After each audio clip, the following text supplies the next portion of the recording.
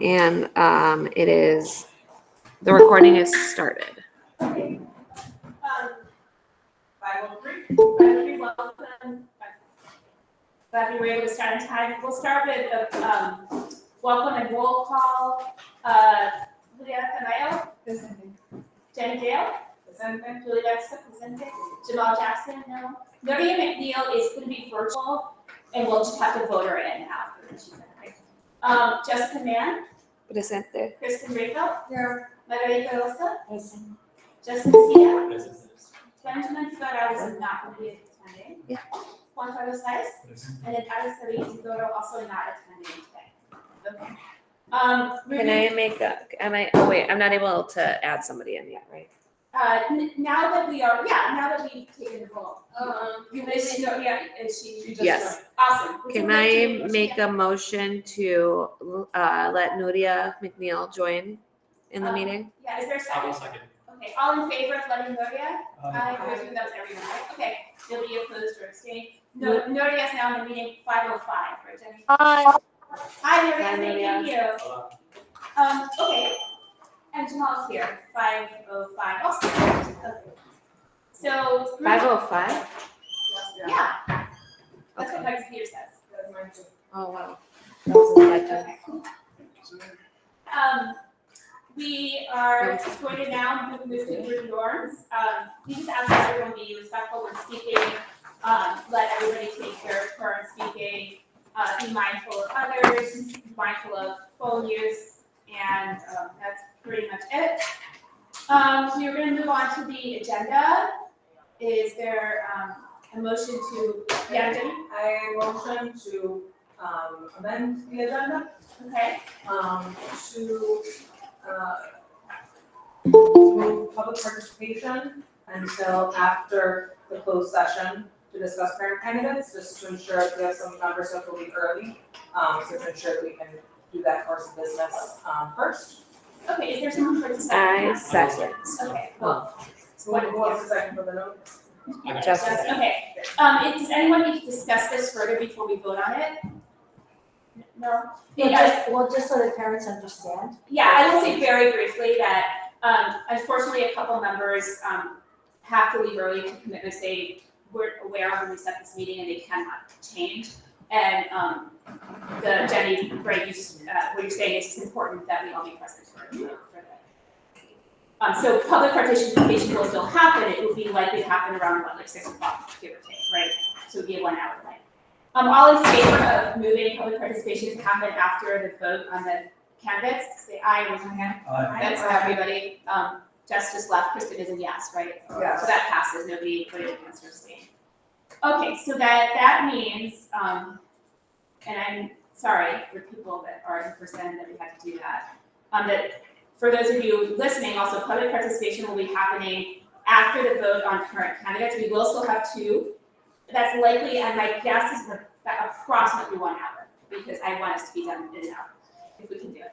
Okay, so that moves us on to discussion and vote to accept all LSC candidate apps. So Yeah. I think we approved the amendment. Oh, sorry, we We did. have to approve the agenda. Oh, the agenda, I'm so sorry.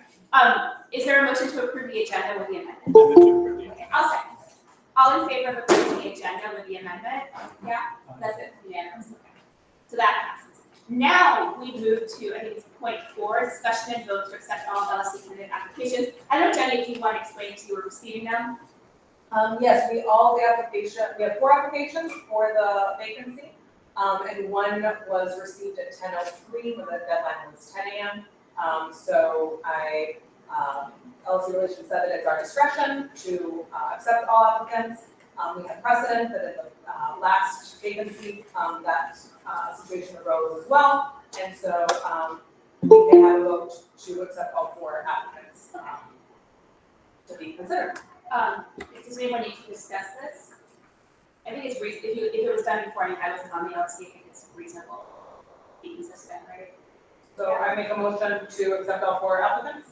Okay, anyone would like a second? I'll second. Okay, thanks. All in favor of accepting all 4 applications, raise your hands. Aye. Nobody opposed? Great. So that's aye. Okay, oh, thank you, Maria. Yeah, I know it. We just voted all to accept all 4 applicants, including the one that was like 3 minutes late. Yeah, because that had been done previously for the prior therapy. And LSC, which is the set of so I'm just having that. Okay, so now we're moving on to declarations, the current candidate statements. I think we have, two, yes, yeah. We have, 4 total, and only 2 are present. Okay, So we'll then, we said that we would read the statement. yeah, you have one of these, okay?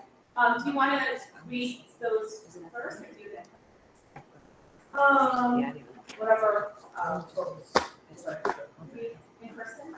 Yeah, I think we just need, you to stand close to the microphone, that's all, which is gonna be over by where we're standing. I will. and I can pull up the thing.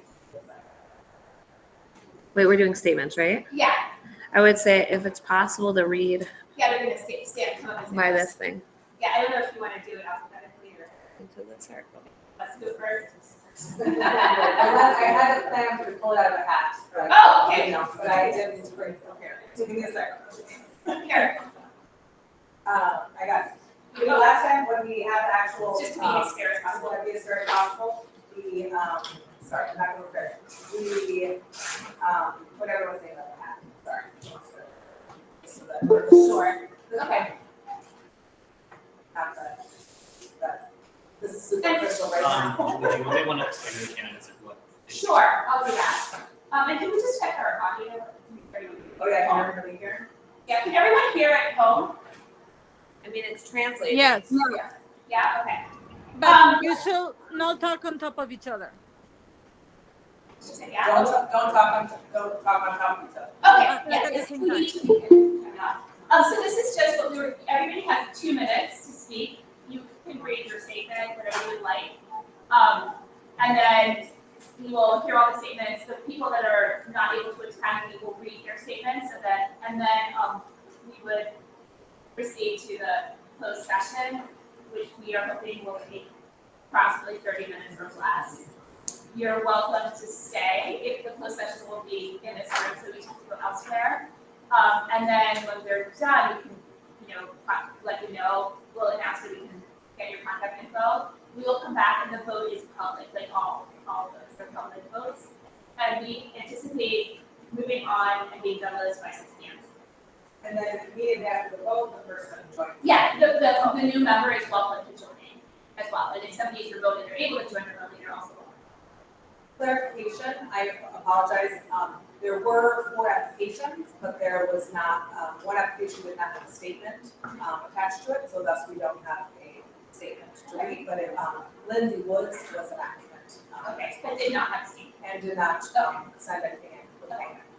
So we have 3, and number 1 is Eric, who's virtual. I mean, he's not virtual, not virtual. Do you want to stand closer to the mic? Yes, he's giving me Thanks.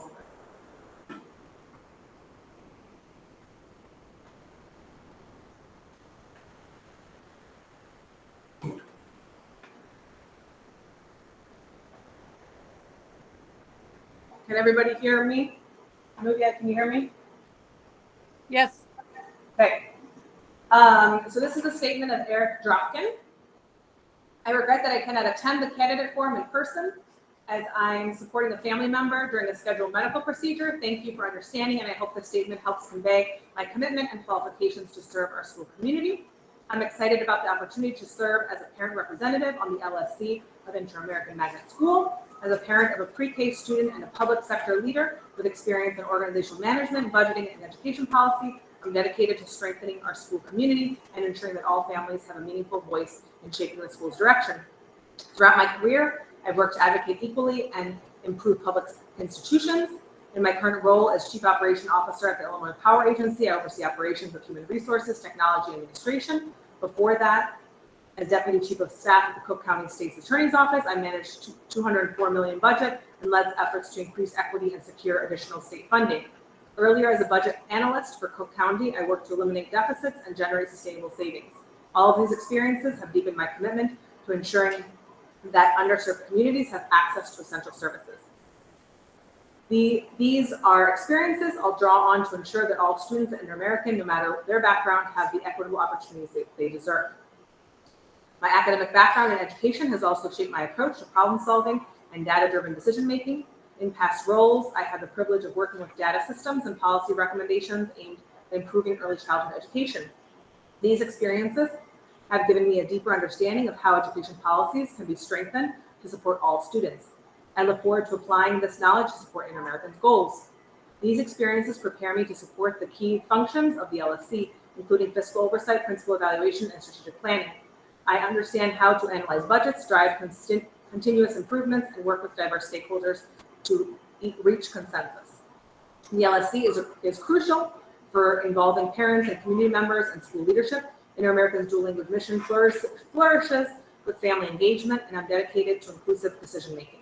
My career has focused on building partnerships across various sectors to drive progress, and I will bring the collaborative spirit to the LSC. If selected, I'll bring both professional experience and a parent's perspective, grounded in transparency, accountability, and student success. It would be an honor. I'd be honored to serve the Inter-American community and help advance a shared vision for our children's growth and learning. Respectfully, Eric Dropkin. Thank you, Eric, for your submission. Now, give it to who are here today. Your key. You also stand close.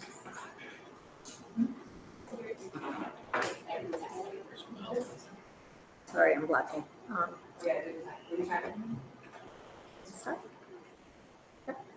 My name is Virginia Jimenez del Toro, and I'm a proud parent of 4 amazing kids, all of whom have attended CPS schools. I too am a CPS graduate. My youngest daughter is a first grader at Inter-American Magnet School, and while each child has had a different experience while attending CPS, I've had to be very hands-on with my youngest as she has an IEP.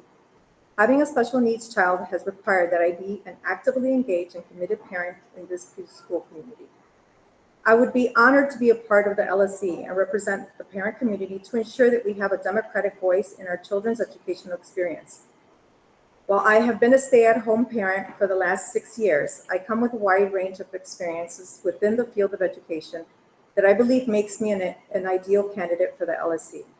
I'm a retired Chicago Public School principal and teacher with over 30 years of classroom and school administrative experience. During my tenure, I faced many challenges, from teacher strikes to being a receiving school when the mayor closed 50 schools, as well as challenging financial times for public education in the city of Chicago. My commitment to children continues in the work I do today as a director of academics for a non-for-profit organization that provides financial support and wraparound services to ensure that underrepresented students are given an equal opportunity to attend colleges and universities.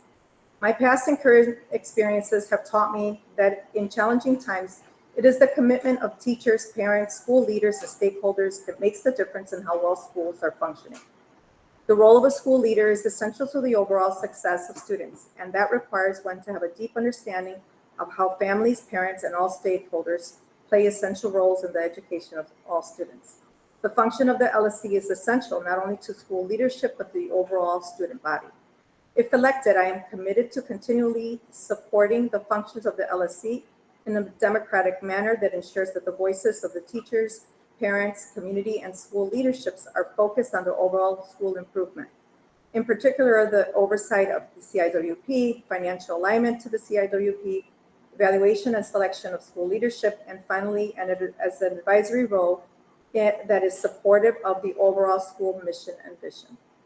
I'm thankful for this opportunity, and that's it. Thank you.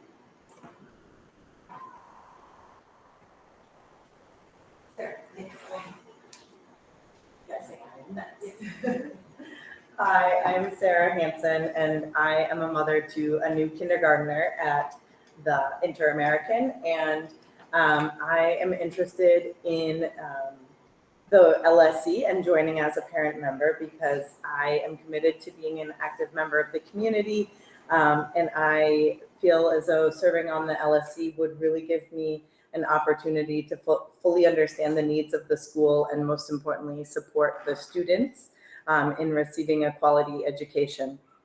As a native English speaker myself, I had the opportunity to study Spanish from kindergarten through 12th grade. and really understood the importance of having a second language knowledge, and really want my daughter, who is of Mexican heritage, my husband is from Mexico, to also have a strong language background in Spanish as well, and also the connection to her heritage. I want to work with the school and our neighborhood community to be well connected and resourced, and a supportive environment for all the school members and within the City of Chicago public school system. While I have no formal education in the education system or career in education, I have a background in fine arts and landscape architecture, and I have worked in adjacent fields to education in formal and informal settings throughout my career. And while I've also done many different things, a through line in my professional career has been strong creative problem solving skills. I currently work for a prominent Chicago artist, Amanda Williams, and we have done lots of different educational programs in formal settings, in schools, under-resourced schools in Washington Park neighborhood, and also in more informal ways. I just came from painting a house in Englewood today, so I have blue all over me. But I just wanted to say that I am committed to the school, and as a fresh face in the school, I'm interested in kind of seeing all sides of the LSC. And thank you. Yes. Thank you so much. That concludes candidate statements. So I think now we're going to move to closed session, which, I move to move into closed session to discuss the grant candidate. is there a second? Okay. All in favor of moving to closed session, please say aye. Aye. Opposed? No, that passes. I think we're hoping that this will take about 30 minutes, maybe a little bit less. I think if you're coming back to see Dr. Travis, I have your contact info. I don't know if You like write down your- I have your contact information, your phone number, so just leave it here. we're happy to text. Sure. Are they Yeah, able to text just, you. are they able to We go can into send another all- classroom or no? Sorry, what? My classroom right below is. Oh, yeah. Are you okay with it? Yeah, you want me to go? Oh, sure. Oh, I have to lock it. How do I get into the closed session? When we go into closed session, then we'll move to vote you in. And we'll, and I we'll. I mean, is it the same link? Or- Yeah. It is? Alrighty, folks, just text me when we're done. Thank you so much. Thank you. We're working hard to be. Miss Rayfeld's opening 207 downstairs if you guys want to go. Okay. It's literally just, yeah, straight up. Yeah. Thank you all.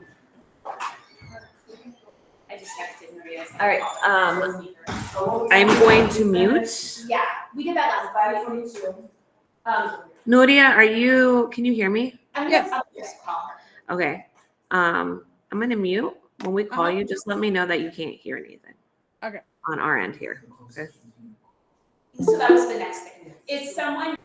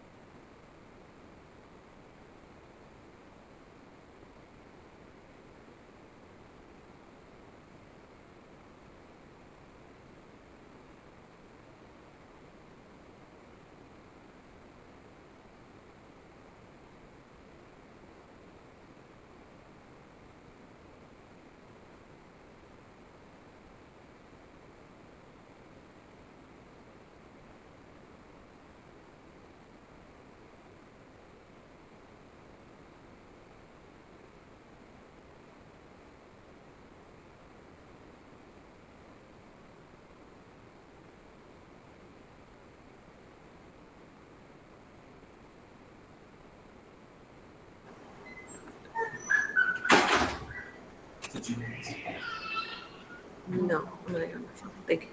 All right, we are unmuted. Unmuted is that. What's the yes? Sorry. Yes. Can you send that to? So we are back in session at 5:44. We have to vote out of closed session back in? No, right? No, we voted to add a closed session, right? So we don't have to vote to go back in open session. Okay. Right, so we are. I mean, they don't have to be here to vote on. We can. No, they don't, that's true.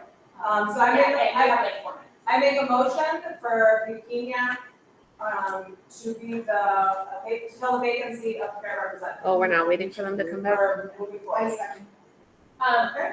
Okay, so, yeah. Now, That will do a we're back in session though there, right? Yeah, Yeah. okay, so now we're gonna do a roll call vote, right? Okay, so Juliana Tamayo? Oh, and I'm sorry, Nuria is not, Nuria, are you? I am here. I am here. I just Okay, so we can vote to put her back in the without my session. phone. So, Nuria, we're sorry, we tried calling you and then emailed you back. We're out of closed session, we're taking a vote. So I just motioned for leukemia as the vacancy, and so now we're doing a roll call vote. I really apologize for the technical situation. So now we're doing this vote. Okay, so, Juliana? Yes, okay. And then Jenny Dale? Yes? Yes. Julie Wexler, yes. Jamal Jackson? No. Okay, Nuria McLean? No. Okay. Jessica Mann? Yes. Yes, okay. Bubble. Kristen Rico? Yes. Yes. Margarita Rosa? Yes. Yes. Justin Sia? Yes. And Juan Carlos Zayas? No. Okay, so we have 7 yeses and 3 nos. So it passes actually with the supermajority. So that is Ms. Jimenez del Toro. So leukemia, Jimenez del Toro has been voted in as candidate for vacancy. And yeah, I really, I'm not just saying this, but I truly want to say that we had exceptionally qualified candidates, which I was really happy about. And so everybody, the entire new board is going to be elected this spring, and I very, very much encourage everyone who applied. I mean, I'm not in charge of it. I went to it. I took 3 o'clock. I just encourage everyone to run because we were extremely impressed by the candidates we had. All of them. And I would also add that the diversity of experiences and roles was, I think, it was hard, we wanted to select all of you. So I would just say that we really are appreciative of your commitment, of wanting to get involved, especially as new parents into the community. And so we look forward to collaborating with you and working with you on it. Thank you so And I much. just want to add the same idea that was shared. Please really consider them. So about the Okay. time, Yeah. fresh blood. In about a year. No problem. So please consider everybody in. It's still running, yeah, I will say I went through the same process where I tried to come in at this time, and not get in, and ended up running. So, in April. We were saying, yeah, Dr. Travis, Ms. Jimenez del Toro was elected with 7 votes, Congratulations. supermajority, but we had exceptionally qualified candidates. You did. We're really excited and we hope that they all run in the spring. Some of us are tired. But not as tired as you are. No, we're all in this together. No, seriously. But So, seriously. and Justin, you have 1 minute. Okay, so I guess, Virginia, you can join us. I don't, yeah. You're, the rest of you obviously welcome.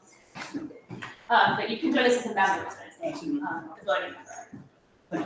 So that now brings us to the amendment point of the agenda, which was, the public participation.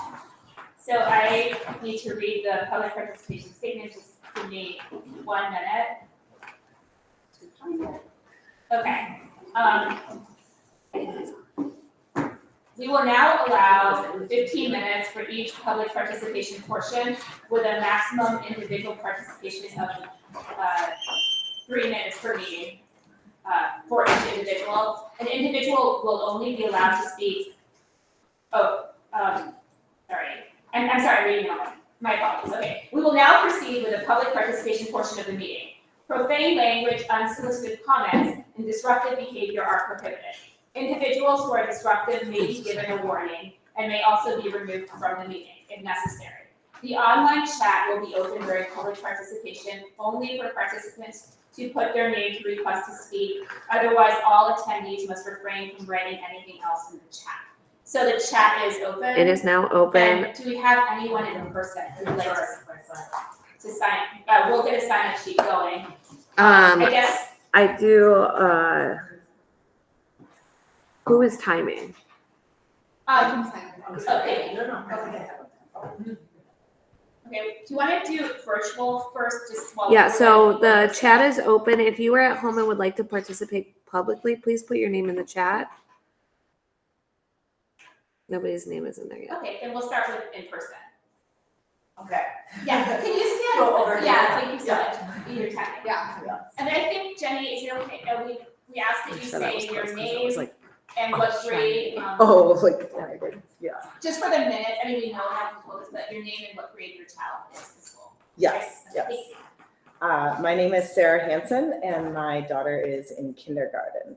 And she is in class 108 that had the unfortunate retiring right before the beginning of the school year. And while we have had a new teacher hired much faster than I may have anticipated, I just wanted to raise a little bit of concern about the communication that was took place during those 3 weeks of uncertainty. We really didn't have any communication about what was going on other than from the sub, who really didn't know very much as well.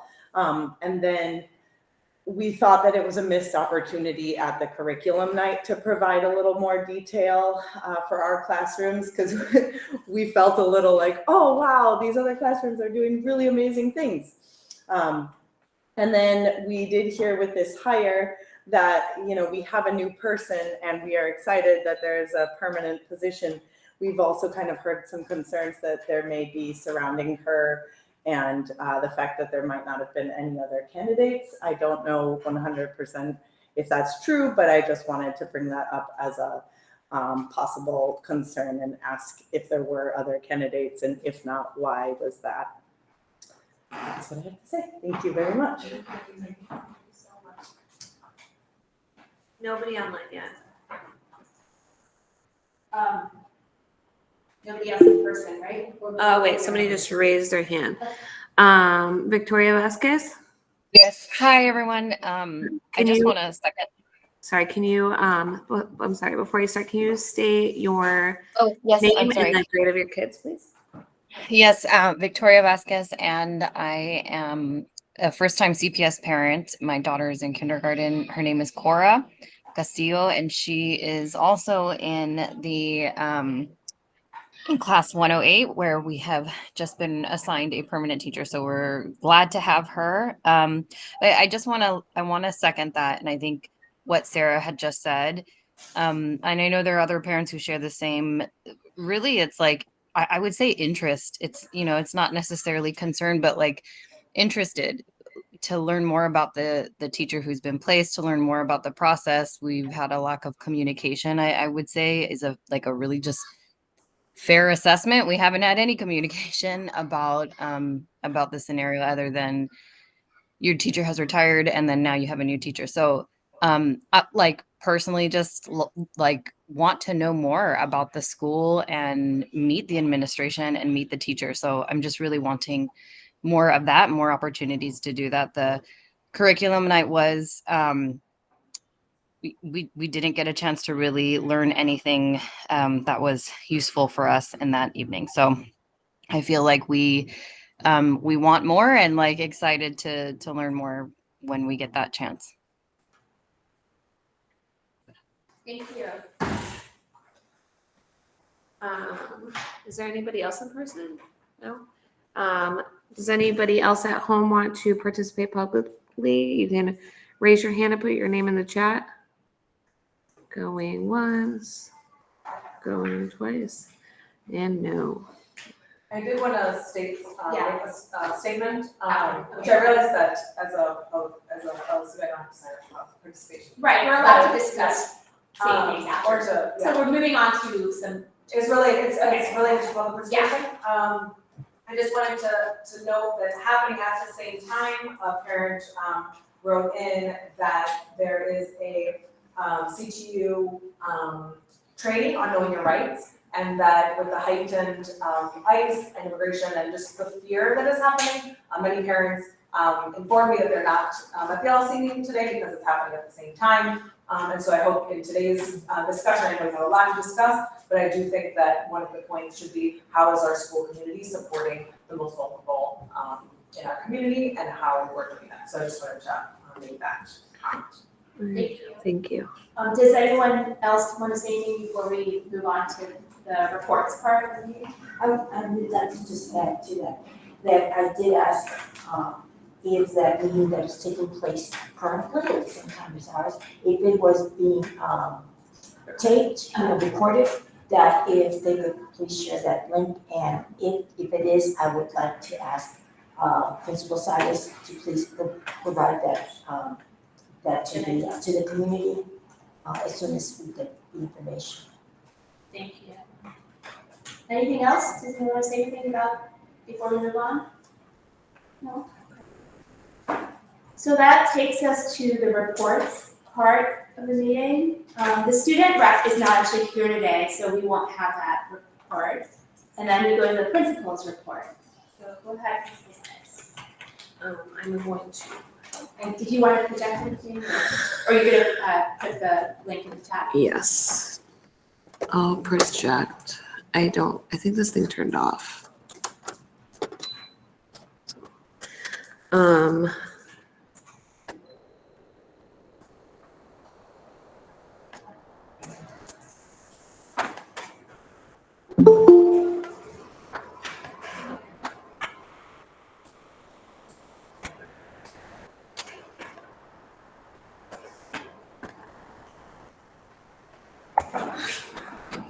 putting the principal report in the chat. I'm pinning it to the top. And then I will project it for you guys. All right, we can start. So I'll be brief, and because we do have a lot to get to. I'm going to be starting on page 3, so domain 1, initial leadership, vision, and mission. The vision for this year and the mission for this year is to support teachers with their curriculum, and that's going to be our concentration for this year, and just making sure that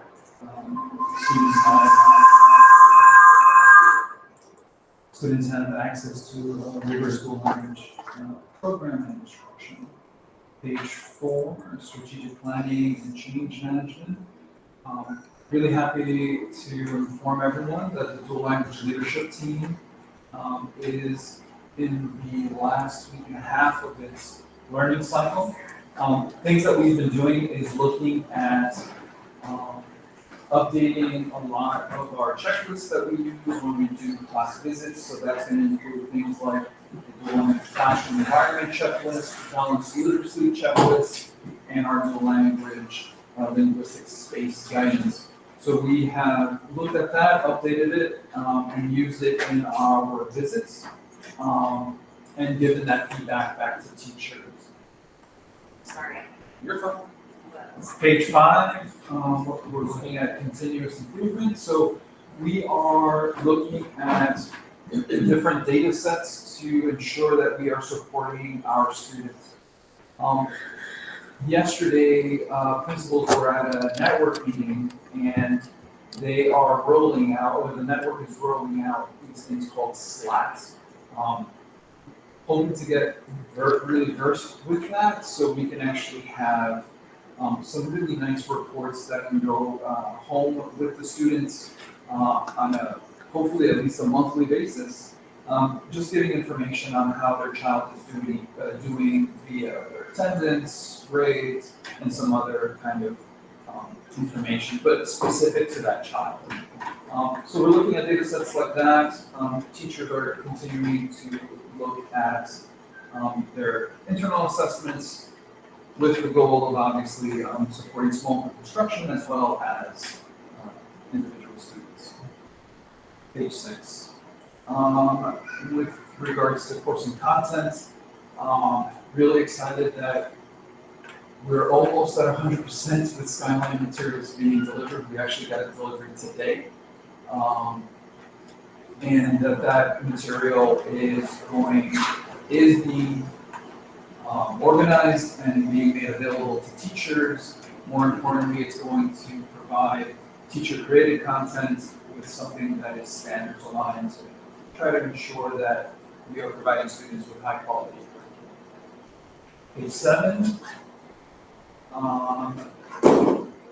You have a link there in purple that is with regards to unit internalization protocol. It's a protocol that we are rolling out this year to ensure that teachers are using that protocol to look at their teacher-created content, see where there may be gaps, and then using that also to look at materials that we are getting from Skyline to supplement those gaps. The ILT is leading that work. The ILT is receiving training on that protocol, and they are sharing that information. We'll be sharing that information during our cultural enrichment days, where we use 2-hour blocks to really give teachers the time to work on their curriculum, supplement it, and make it better. The ILT is kind of leading that work. Page 8, instructional strategies. Teachers continue to co-develop lesson plans to ensure that their language allocation is being met. That's something that the work that we started last year with language allocation. And also we are ensuring that we're using GLTs to be facilitated by either the ILT or the dual language leadership team, the DLLT. So those two teams are looking at instruction through different lenses, both of them supporting the teachers, providing feedback, and other supports that come out of those grade level team meetings or GLT. Number 9, couple of bullet points here on formative assessments. One of the nice things about Skyline is a lot of these assessments are done for the teachers. Again, the teachers have a lot of teacher-created content, but we want to make sure that the formative and summative assessments are standards aligned, and I think that's where Skyline can really help filling those gaps for those teachers that don't have those assessments. Moving on to 10. So we continue to publish our weekly newsletters in both languages. Starting October 10th, we are going to be inviting parents to come in during our cultural enrichment days. It's really important. Unfortunately, we just don't have enough space to invite all the parents. But if we get the scheduling right, there are 2 sessions, one in the morning for the younger kids, one in the afternoon for the older kids. So the idea there is, on a rotating basis, have a grade level in the morning between pre-K and 3rd, and then another grade level of parents coming in for 4th through 8th.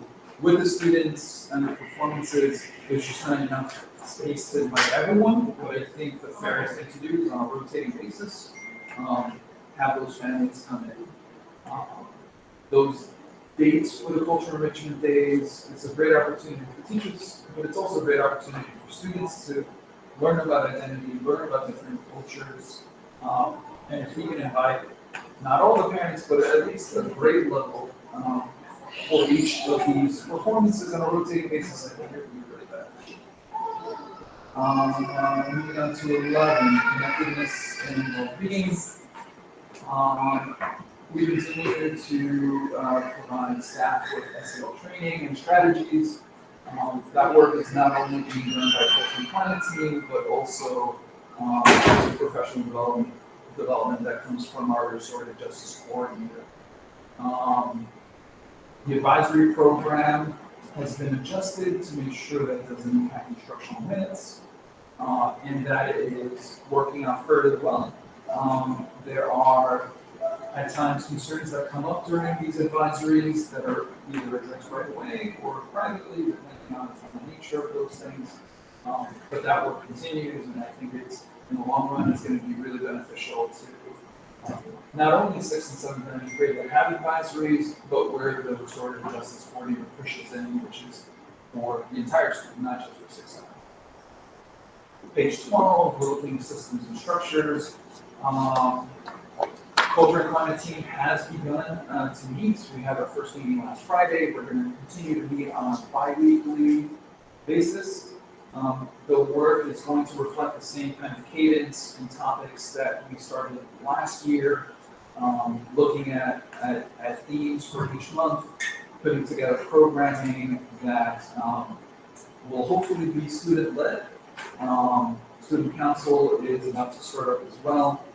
So just a lot of great ideas and work that's going to be coming out of there. Right now, Culture and Climate team is focusing on Hispanic Heritage Month this month, as well as looking for members within the staff to actually take part and participate in our 50th year anniversary, which is this year, and looking at doing programming for that.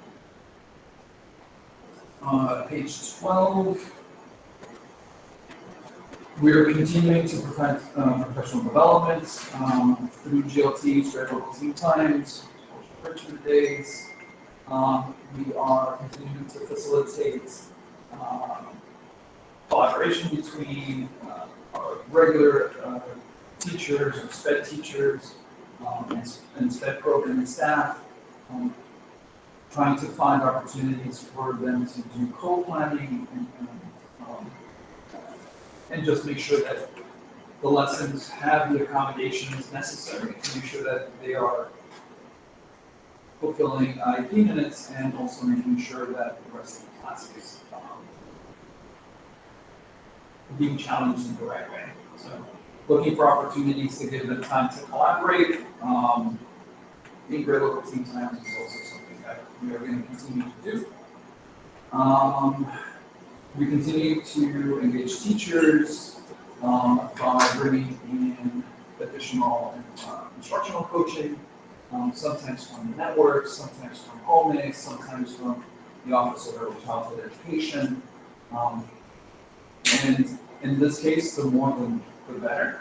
We do have the very competent ELPT and learning coordinator, but anytime we have other experienced personnel from outside of the school, we always welcome them in to give their feedback and professional development.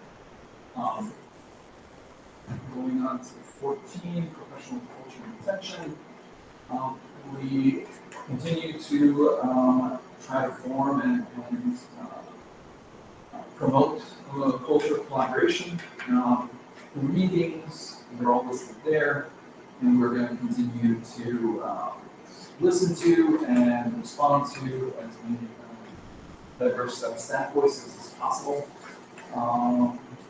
Last page for this section, 15. More or less the same thing, right? We want to make sure that our ILT and BLT is taking opportunities to look at the information that's being collected and the data that's being collected from these learning cycles. We are doing 4 learning cycles. 2 of them are going to be led by the instructional leadership team, ILT. 2 others are going to be led by the dual language leadership team. The first one that is about to end next week is being led by the dual language leadership team. It's focusing more so on classroom environments, making sure that the signage around the classrooms are being done properly, that there is a section for bridge and bridging, that there is a section for other needs within the class. The next learning cycle is going to be led by the instructional leadership team, the ILT, and that's going to focus on the unit internalization protocol that I mentioned earlier, and just making sure that teachers understand how to use a protocol and look at their own content and how to make it better. Looking at 17, there was a question from the LSC with regards to restorative justice coordinator's duties and responsibilities. Have a link there with a description. 18, there was a question from the LSC with regards to hourly employees. There is a link of that schedule there. 19, there was a question with regards to the lunch and food that's left over. Had previous conversations with the lunch staff last year, also sent a reminder via email this past week. Baskets are there, the students know that any leftover food can be dropped off there. And anyone within that same period or later can go to the baskets and retrieve whatever food is left. The only thing that can't be done is the last lunch of the day. That food has to be thrown out because we don't want it sitting there and spoiling and someone possibly picking it up the next day or later on. 20, there was a question in regards to 115 funds. The link is there. And question from the LC with regards to how we support teachers. And I'll just briefly go through this. A lot of this was already mentioned. Learning cycles is one way that we actually assist all teachers, grade level teams, GLTs, which are facilitated by Ms. Asa and Mrs. Delgado. Feedback and coaching provided during internal walks. A lot of those internal walks are part of the first learning cycle. And obviously professional development that we have throughout the year and the opportunities to just give time to the teachers to work during CEDs. What we do is that we go back to the top, and we just usually just we do it, just quickly ask if there's questions as we go through each slide. Okay. So starting with, I guess I will do like domain 1, organizational leadership. Those were slides 3, 4, 5. Does anybody have any questions or comments for those? It was, the mission and vision of our school, specifically, I guess this year, strategic planning and change management, talking about the DLLT learning cycles, and the continuous improvement plan. I'm just confused about Skyline. My understanding is that it's there if the teachers want it, That's for instructional core. but it's, I'm sorry, what? Do you want me to move on to instructional core? Oh, I'm sorry, I went Which asking. numbers? Yeah, you're right. Does anyone have So questions domain about- 1 is the organizational leadership. No? Okay. Domain 2, instructional core, courses and content. It was talking about curriculum of Las Americas and introducing Skyline to it. Courses and content, the unit internalization protocol, ILT leadership and professional development, instructional strategies, again, learning cycles, balance assessment systems, again with Skyline, built-in assessments. I have questions about domain 3. Yeah, so domain 2, any of that instructional I think core those are stuff. my questions. So Skyline is essentially at this point, it's available. People. Correct. So traditionally, the teachers here have always done their teacher-oriented content, but one of the things that the language leadership team and ILT have noticed is that Mr. Zeiss, can you we talk a wanna little make bit louder, sure that please? those things are actually standards aligned. Yeah. Sorry, people are Standards saying they can't hear. aligned, so we wanna make sure that they have access to those standards. Teachers, at the end of the day, need to make sure that they are providing lessons and unit plans.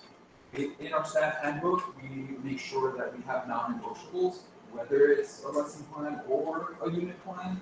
So those criteria need to be hit regardless.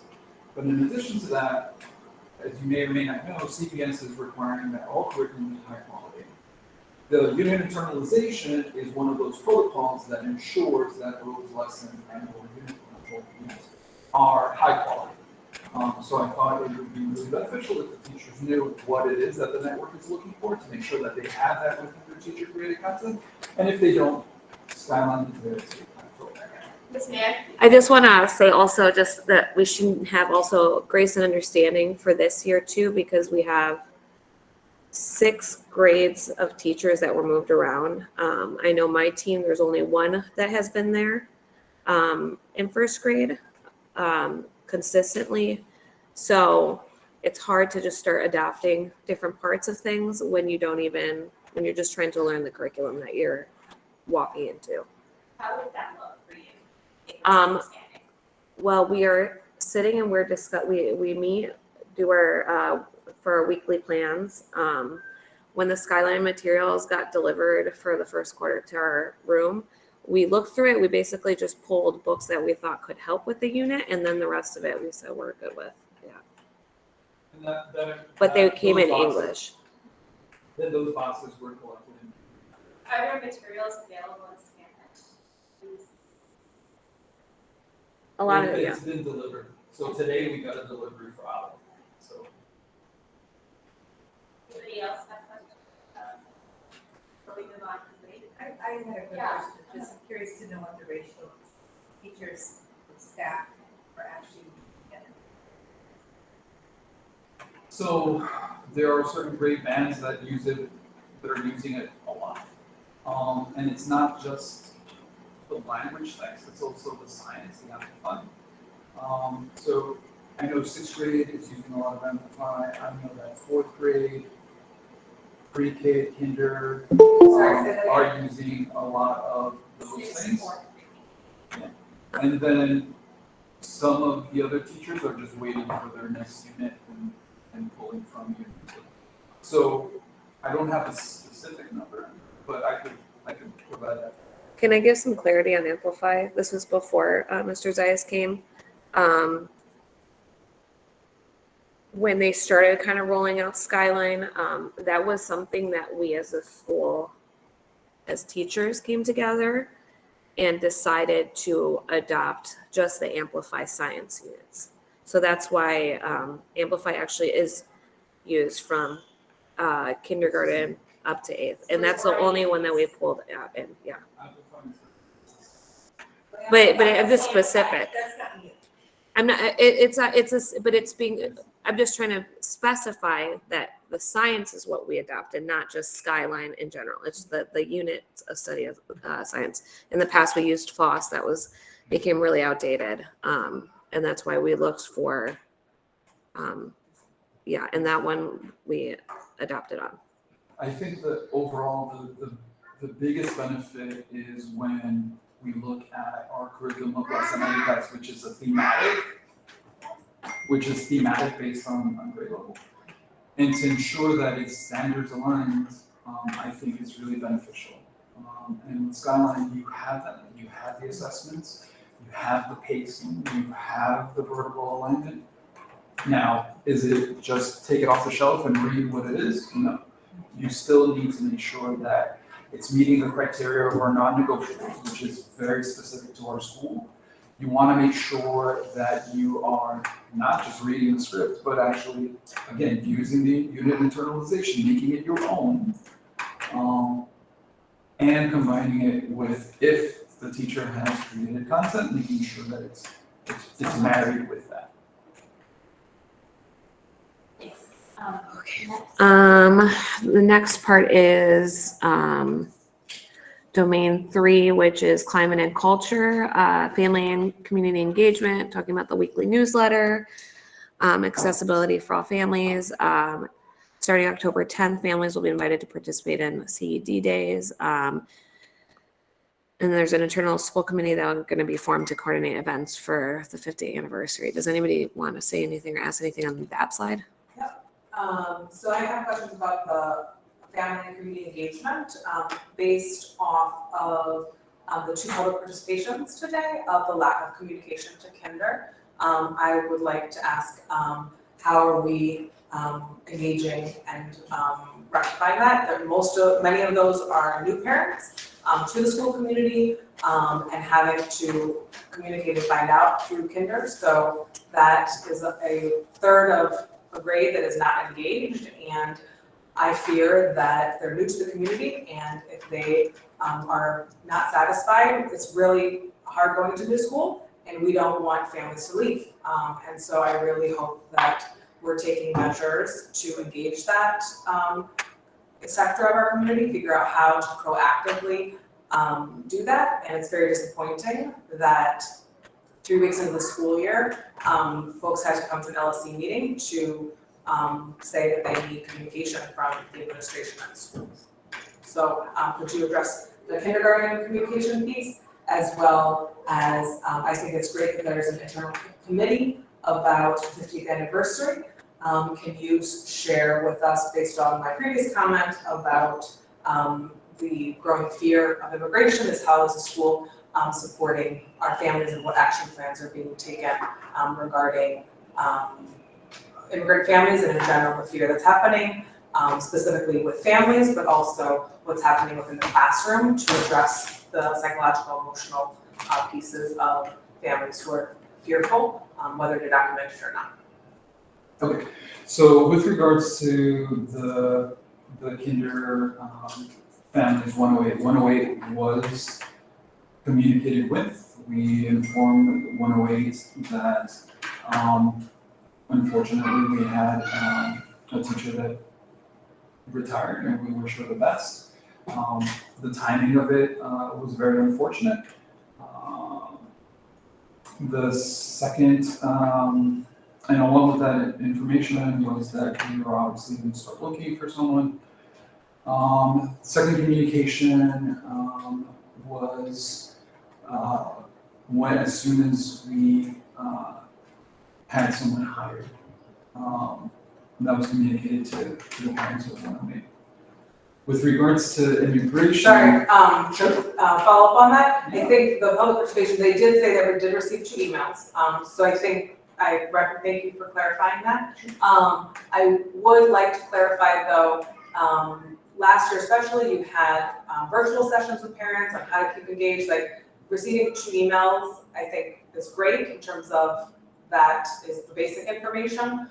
But in terms of even at the open house, not having a specialized connection of who could answer questions. So what steps can be taken to address, in addition to email communication, of how to have conversations to make sure people feel engaged and are able to answer questions beyond email. So with the open house, we decided early on to try to split that class 108 with the individuals that were available, the other teachers. I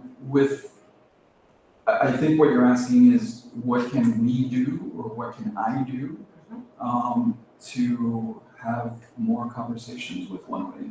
Mm-hmm.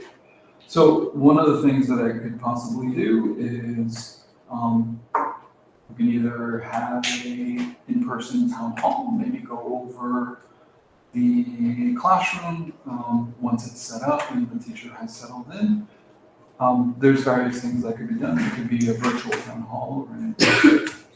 Yeah, even just, I think folks said they want meeting the teacher, being able to go in the classroom. I personally know many 108 students, parents who went and didn't, got lost in the shuffle, or didn't go to see their classroom because of another classroom. So I think having something concrete where they can come in and connect would be really great. So thank you for. With regards to integration, one of the new things that's in our schedule for this year is something called Morning Huddle. Morning huddle is an opportunity for me to just kind of set the tone for the day.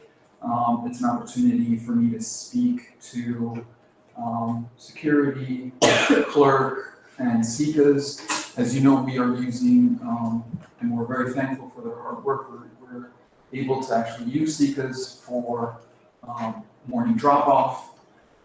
In those 5-minute, 10-minute, sometimes 15-minute morning huddles, what we do is we go over procedure and protocols.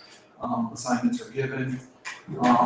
You're right to bring up the issue of immigration and that whole elevated concern. It's a real concern.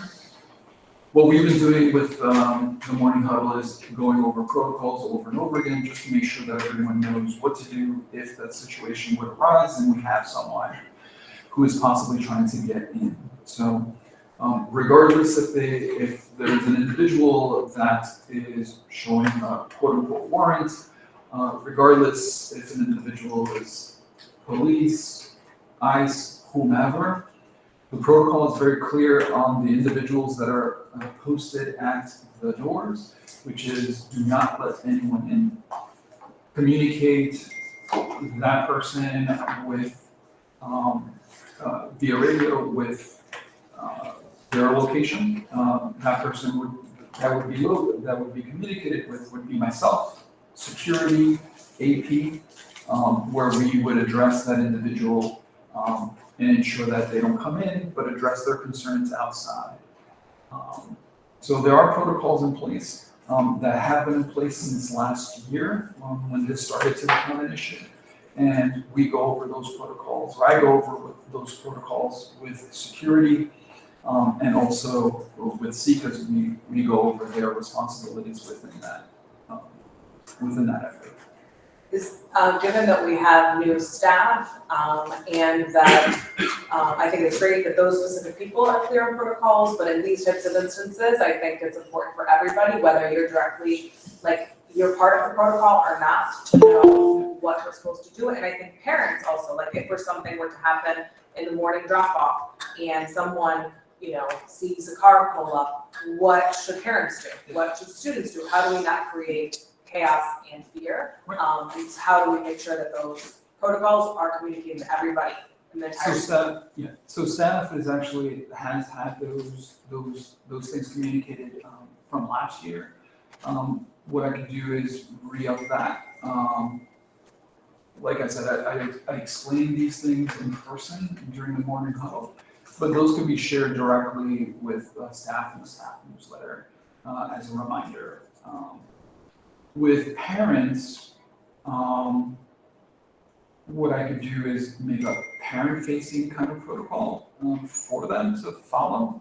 A lot of that information, as far as what they can do individually, is actually printed out and next to the security desk.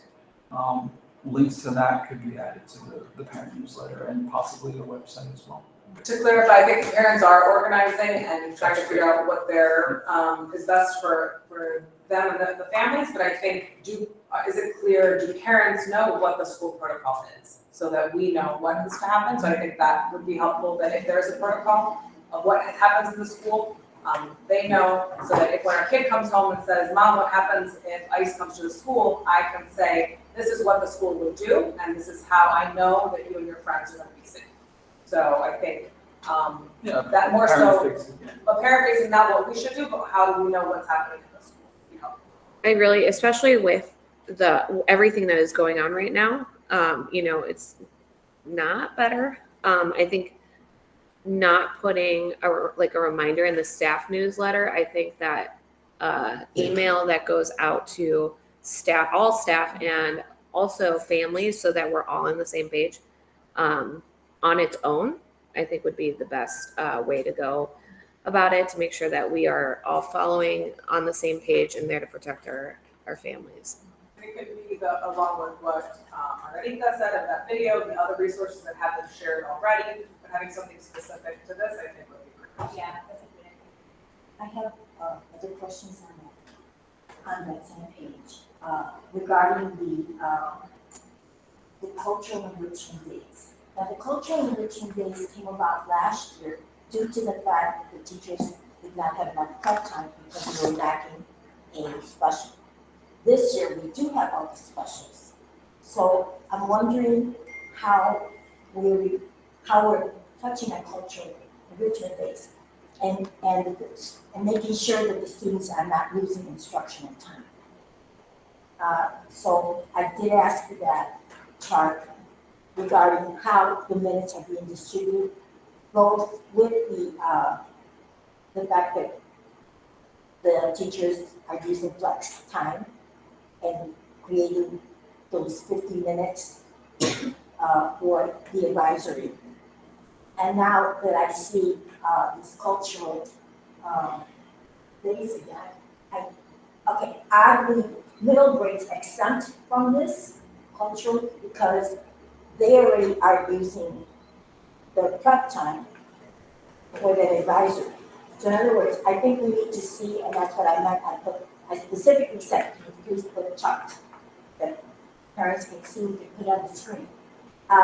You know, that's what, I'm not quite sure, I think they should be sending out this to you, but that's what we hear from the parents. They don't want their students to be losing their minutes of instruction. So, you know, that's why we asked you for this, so that the parents can see it on the screen, they can see it. And then in addition to that, maybe send it home. So how, we appreciate culture enrichment days, and I'm glad that you're going to be inviting parents. But I would like to know how it all fits in, because it did start out with the fact that we did not have, we had not programmed in for the prep time. Now, as you're programming it, the prep time, I mean, we got an additional position, all right, and then we have, they're already forming these circles, the advisory. And so how is all of that working? So that's one question you can answer. And then also, then along with the internal school committee to coordinate events. Okay. So that I would like for us to build community around that. And so we do have the LSC, dual language committee, and as this formulates, I would like to incorporate so that we can work together. I think that that's what builds community, not having each entity, you know, working on their own, but we can all work together and to set a list of speakers, a list of events, and next month. So on that page, so I don't know if you sent the chart here or the other, when you said just click on, I don't even have that on there.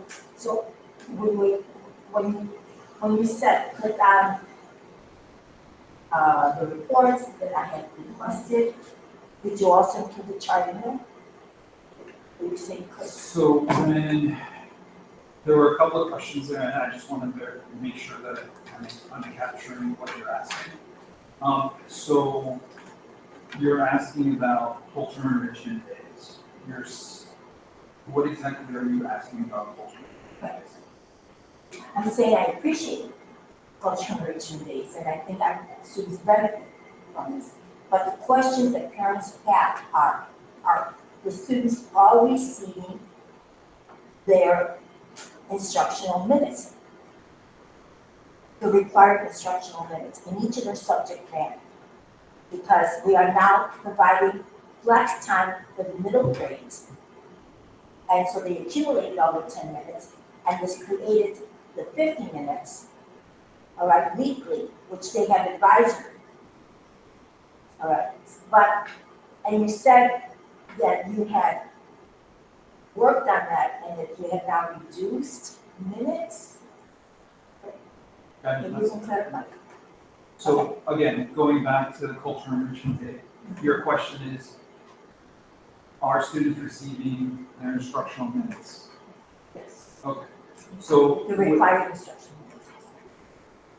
So with the culture enrichment days, we keep the lunch and recess schedule the same. So those requirements, which are for CPS policy and Illinois state law, those are, because it's fixed and we don't touch that, that stays the same. We use, it's a 2-hour block. So we use 1 hour of where they would normally have specials to feed into that 2-hour block. The other additional hour is also part of that special schedule of that particular day. For a special schedule of that day that we have once a month, we try to ensure that as much instructional minutes are actually covered. You have to keep in mind that it's one of the reasons why we have two performances basically per cultural enrichment day. We have one in the morning, right? And then the rest of the afternoon after lunch is instruction for the younger ones. The older students, 4th through 8th, their performance has typically been in the afternoon. The morning is their instructional time within their classroom. So that's how we ensure that they're getting instruction.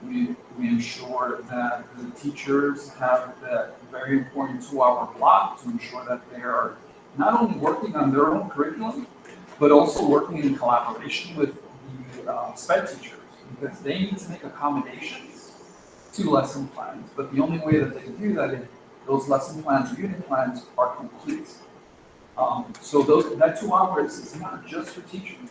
It's also for the SPED teachers to make and ensure that accommodations are in place.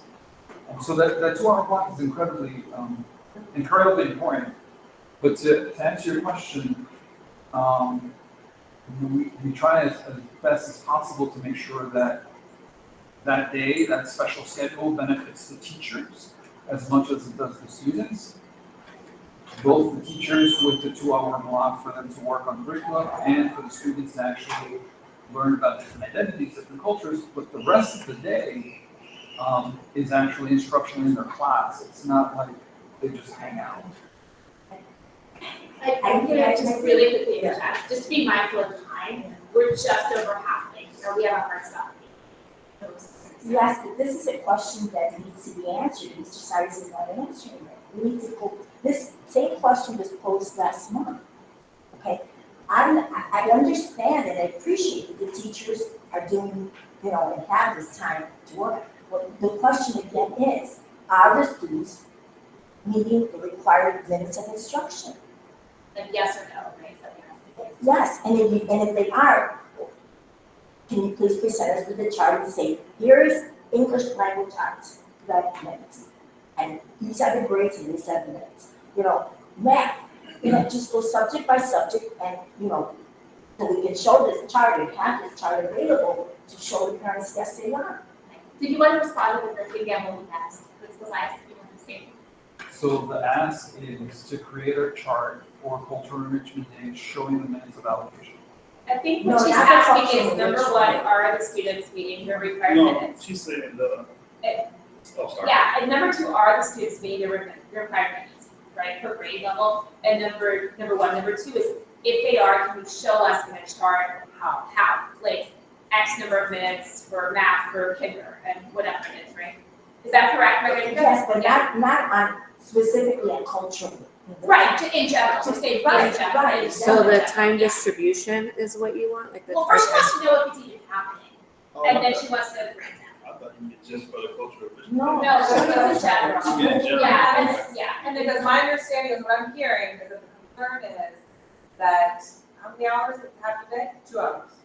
Must be 5 hours. 5 hours of that day, is that taking away from required academic subjects? Yeah, but you're asking in general, and then Brittany, I need to raise your hand, so. Because I believe that last year they were banking time. So they were building time and they could use it during the cultural days. No, not for that one. No? Because we did not have the special, I think I see it as that they're not connected necessarily. No, we have to They're leave not. lesson plans for the subs that are in our room, so that's. No. Oh, so The that, reason, last year, the reason that this block of time was provided was because we did not have a special I thought it was That's, prep no, time. it was for prep time, it was It's nothing. for- Yes, a special for prep time, because No. once you have a special, then it provides the prep time for the teachers. Right, and so this is not prep time, so to clarify, my understanding, this is not prep time. This is time for them to work on curriculum and work on things that they need to be doing, that is different from prep time. So my understanding was that they, for unit plans or these other things where they need longer chunks of time than just a 50-minute section. So my understanding is that the cultural arrangements is for teachers to work on other curriculum alignment, other things that are separate from prep time. And you saying you put plans in place for whoever's in the classroom at that time. Yeah, so we need the time to work together, and now again, especially this year, because again, there's a lot of new teams that are trying to learn, I think but what you I'm might, not done, I'm sorry.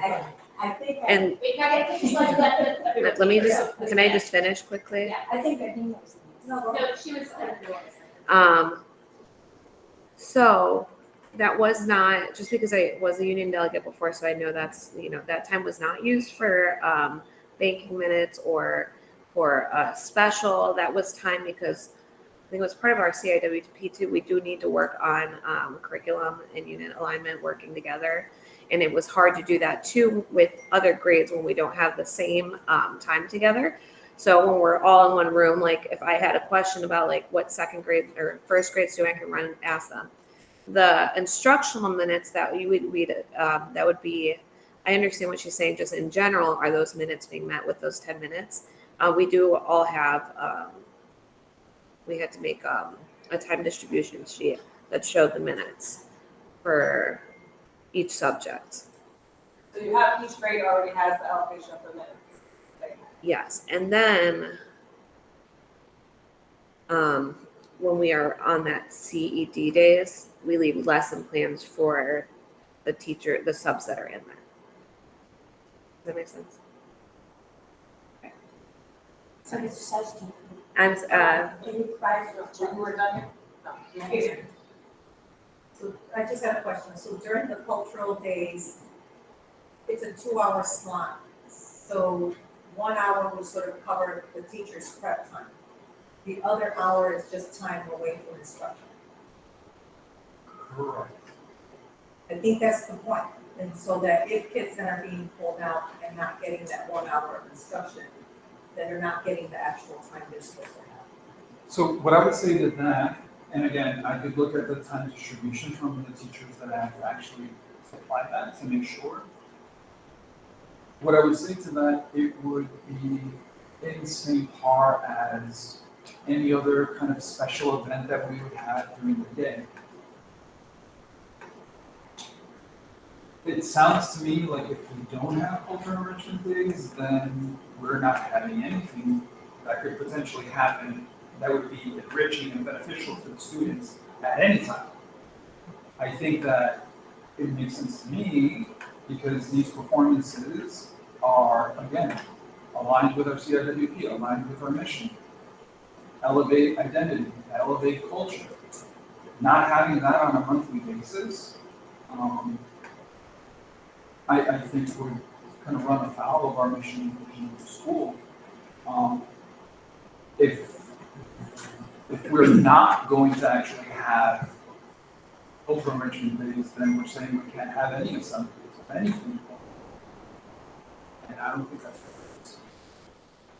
Could those be, I guess, if they were aligned to what the teachers are doing culturally in the classroom, then it would count as some sort of instructional capacity versus Yeah. just for the sake of our- providing teachers And 2 our part, hours? yeah, so our I partner, understand they need. yeah, so that's a great point. Our partnership with Urban Gateways, and we're trying to expand that partnership with other CPS vendors. They actually provide us with basically almost like a lesson plan of the performance that's shared with the teachers. So the teachers could decide to integrate it into the lessons if they so choose. But the teachers aren't there. Sorry. Say again. Correct? The teachers are or not there. Are they in the cultural event before they? No, they're actually up here working on the curriculum. So my question is, can that be flipped? Can the school tell Urban Gateways, this is what we're working on? We're working, fourth grade works on los Mayas. Can you do something on indigenous people of the Mayas? Or we work on this for this grade? Yeah, So that we ensure that it's aligned to our curriculum or our values. And we do that already in a way. Because different grades do different thematic themes, and the way that the scheduling allows is only pre-K to third, and then fourth through eighth. Fourth through eighth, you're looking at different topics with the curriculum of Latinoamerica. So to have one performance that covers all of that. No, it's everybody lives on the Mayas. So everyone lives on the Incas, like, So we have to even work to learn about it, even if it's not our focus, right? So that's one way of doing it. What we've done since last year is look at whatever the month is, right? So it's Women's History Month, we try to find performances that mirror that. If it's African American History Month, we try to find performances that mirror that. So I know what you're saying, but we want to also be conscious of basically every month has a different theme about culture or identity that could be realized. That's another way of doing it. I just want to make sure that we are exposed, not just celebrating what we do, but exposing our students to different cultures as well. Can I just make one suggestion? Kindergarten last year, I mean, it was very difficult, and I don't think it's just kindergarten, but it's got to be like first grade, second grade maybe, but in pre-K for sure. Sitting for 2 hours in the auditorium was a lot, and I had a lot of kids that were just kind of a wreck after because it was just too much. So I would just suggest, if we're doing this for an hour tops in the auditorium, and then maybe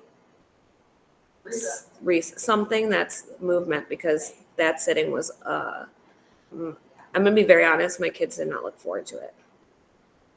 Yeah, it was a lot. And that is definitely something that we can consider. I think that if we are going that route, it would probably be more beneficial to just have the students just go back into the classroom. So to Margarita's point, they don't lose instruction. So then not do any, then we're not planning. Or, the performances are typically 45 minutes. They could do like, I could try to schedule it so it matches their lunch, because then they could have recess and then lunch right after. So because it's not developed, My question though is that we're not saying, so 2 hour chunks for the teachers is good. We're saying 2 hours, so if you're, can you clarify 45-minute performances, but they're in the auditorium for 2 hours? So what happens the other hour? Maybe the other hour. Yeah, so last year we took it as an opportunity to actually have a lot of the students perform. We were really lucky last year. We had basically an in-house band. Fortunately, a lot of them graduated. But there were performances that were held. Student council, I think, put together like a little one-act play. There were other opportunities for students to do poetry reading, and this is where the culture and climate team and the student council really come into play, because they provide that time for them to actually prepare things. We also use it as an opportunity to have our counselor address the different grades and just kind of do a check-in with things that she's been doing and checking in with students. So it's an opportunity not just for the performance, but for the students to showcase their talents. It's an opportunity for individuals like our guidance counselor or our social worker to inform students of different services. So that, I think all sound, and I'm sorry, I'm saying, I was just to say one thing, I think that all sounds wonderful, and I don't think anyone is saying that should not continue. I think that pre-K through first grade has a different attention span, and so the 2 hours, it was only recently that my kindergartner can sit through a 2-hour movie. So I think the idea would be that be adapted to the younger grades, so that maybe a movement or something else that can address them, opposed to the 2 hours of all it being performance or being them sitting in the chair. And I just want to clarify, just because I'm advocating for these little ones that can't be in the auditorium for 2 hours is not, I feel like the best response right away isn't, okay, well, then the teachers can go back. I'm not advocating for that either. I think we really do need the time, especially first grade. We have 2 new teachers in first grade that haven't been there, me included. I need that time. I think instead of just saying, oh, well, those teachers can go back, you can sit and think about a more constructive way to use that time. That's not just sending teachers back into the room. Because it's not also equitable for the rest of the teachers. We used to have Chicago Children's Choir, and that involved the students themselves. And at some point, remember, during the span, we used to have Chicago Children's Choir. Yeah, I think, are you gonna? I'm gonna let, It's just over there. thank you. I think maybe if like your suggestions, we really also have to move on from time. We can email them, the principals, like if there are things you remember doing in your past that were good, that were age appropriate, would you be okay doing that? Are you joining virtually? It involved the students in the city, they were actually. Right, we're trying to, yeah, it's just because we only have a little over an hour left, and I don't see us finishing late. Okay, so, We still have more culture and climate yeah. stuff. so why don't we go Restorative through justice coordinator. The restorative justice coordinator, talking about the middle school advisory program, culture and climate team. That's for that. Does anybody have questions on that? No? Okay. Domain 4, talent development and evaluation, talking about SPED reach, collaboration with SPED team, and just a lot of collaboration, it says. So, any questions? No. All right. Then that would be, oh, there's more, distributed leadership. Any questions about our questions from the LSC, the RJC duties and responsibilities?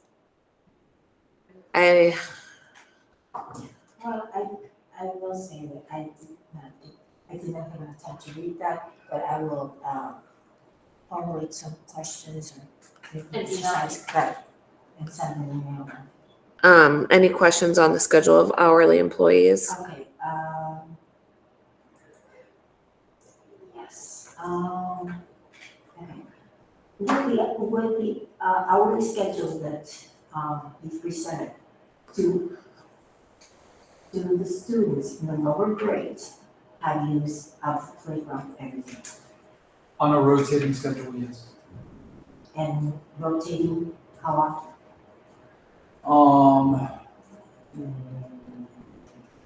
For which grade specifically? All the way from pre-K to third grade, You mean how many times a week is that? yes. I know first grade, we get it once. So okay, so we have pre-K, they have the playground, Monday, Wednesday, Friday, and then they use the turf Tuesday and Thursday.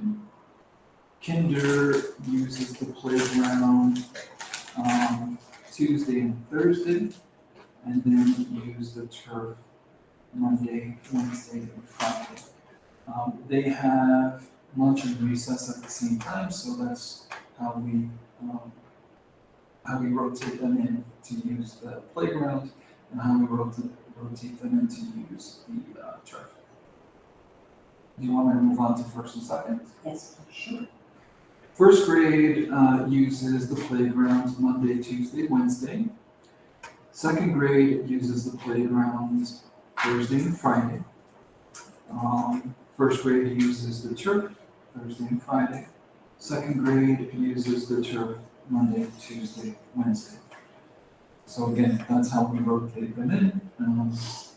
Both first grade and second grade have lunch and recess at the same time. Would you like me to move on? Third grade. Third grade and fourth grade are later in the day. Fourth grade uses the playgrounds Monday, Tuesday, Wednesday. Fourth grade uses the turf Thursday and Friday. Third grade uses the playgrounds on Monday, Tuesday, Wednesday, and then the turf on Thursday and Friday. What would we need in order to have grades 1 through 3rd grade be able to use the playground every day?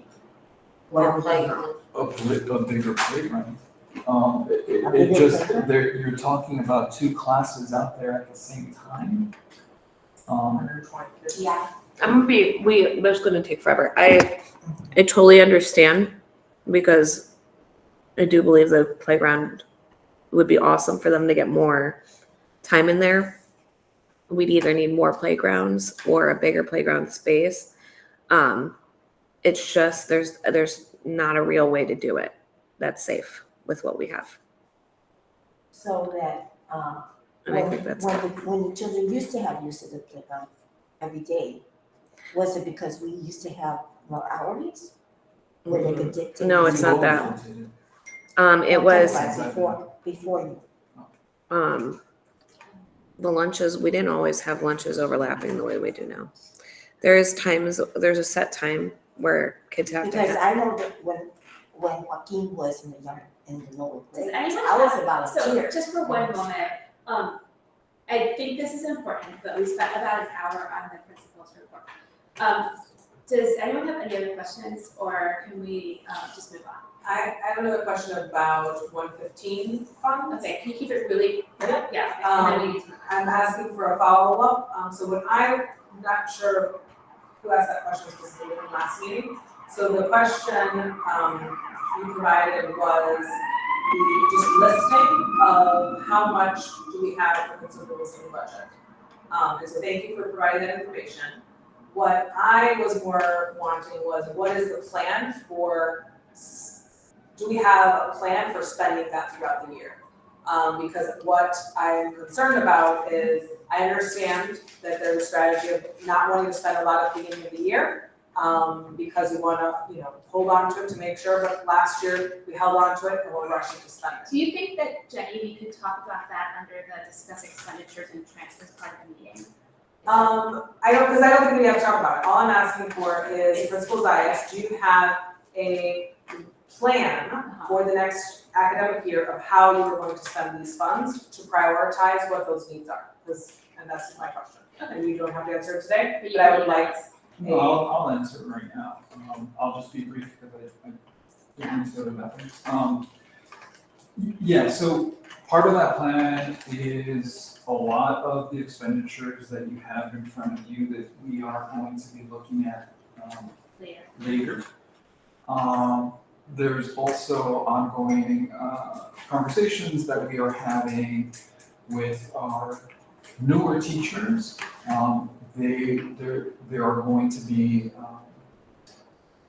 situations where we need to, because of the additional teachers, we have run out of laptops for some of the teachers. We need to get additional LCD projectors for some of the new teachers. So those are things that will need to be bought in order to accommodate that increased staff. Additionally, we have classroom spaces that we needed to create in order to ensure that students that have sped teachers that are meeting in small groups, converting those spaces to be fully a dual language classroom. There's going to be expenses there. So those are ongoing conversations that I'm having with staff. Luckily, with regards to like classroom libraries, we have quite a few resources that are actually provided through Ally and Skyline that have met some of those needs. Thankfully, that's something that we do not need to necessarily fit into the budget. But part of those conversations is not just about material needs that need to be met. We're also looking at and in conversations through our GLTs and feedback that we get with regards to professional development outside of what we offer here within the school. So, short answer is, yes, we are in conversations with the teachers and making sure that we are providing them with what they need. I just quickly, I know you said projectors for the new teachers. I want to note that there are quite a few teachers that have been here for a while that do not have projectors. I know Ms. Rayfeld has been asking for a projector for, I know at least last year, and has been told there's no money to buy a projector.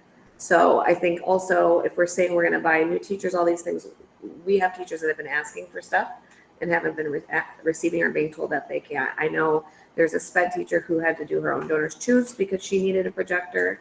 Mine is on the way out. I'm having a hard time using it, and I know my colleague Olga Lopez has a projector that's not working very well, and both of us have just like, so if it's nice to know that we want to buy new projectors, but I think also let's see it also teachers who have been asking for it for a while have been trying to figure out how to do without.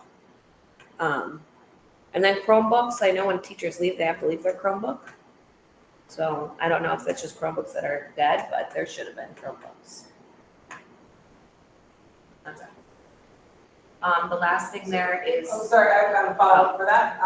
So my question was how in an equitable and intentional way, because I know that you have conversations with people, but how is it that we ensure that it's equitable and that it's prioritizing across the board so that everyone's equitable?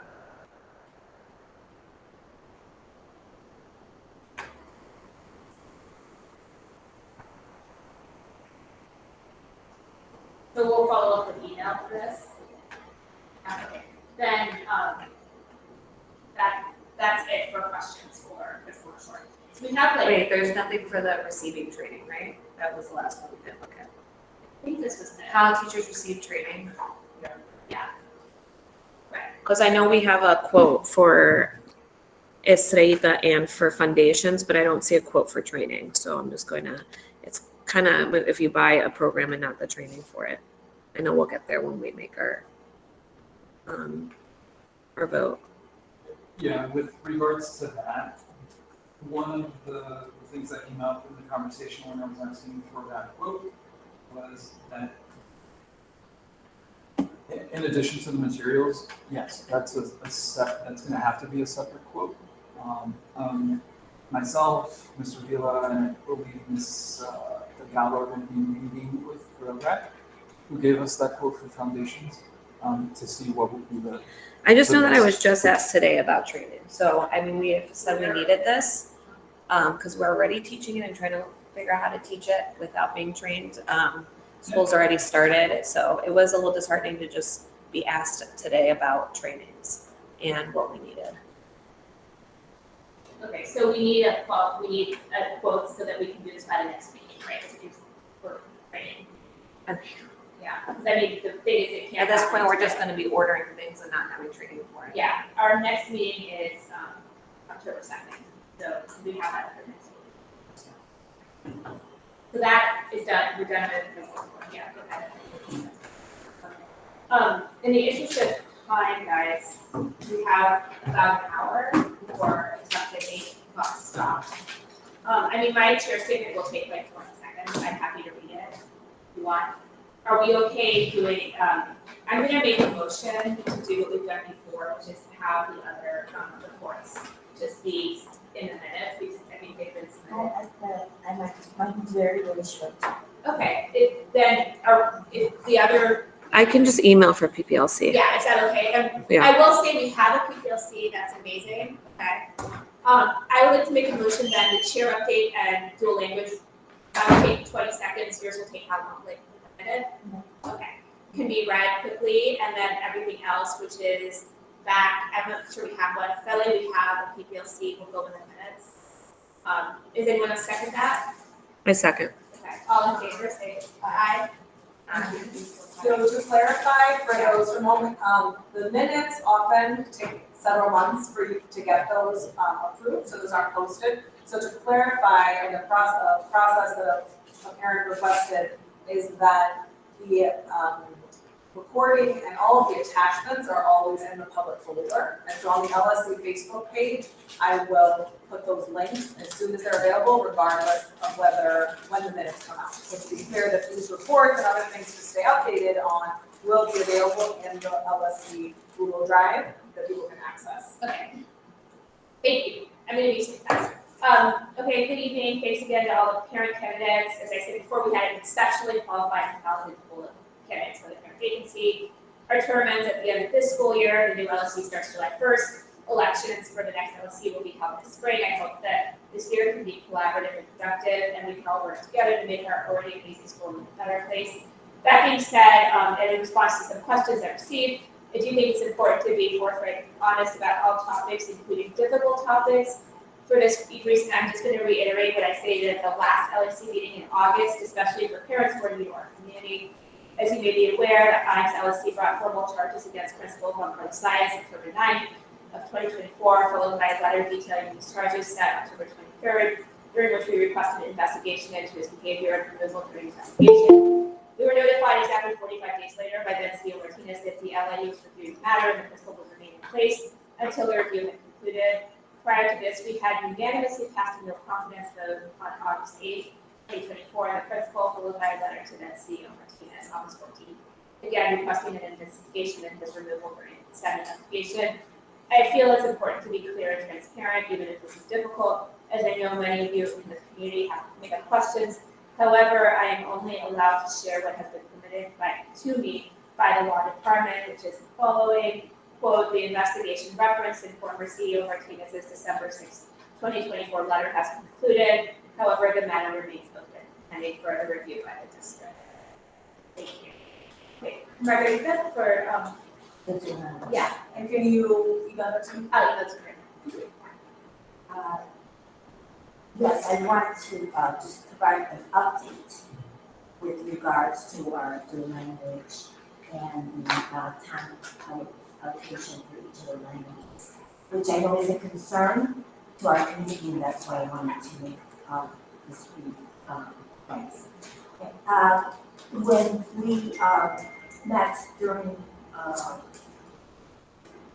the last week of school with Dr. Diana and with Dr. Saragosa, we left a discussion that we were going to have a follow-up meeting in July. And we were not able to because at that time was when they were signing and cutting the budgets and looking at the budget and so forth.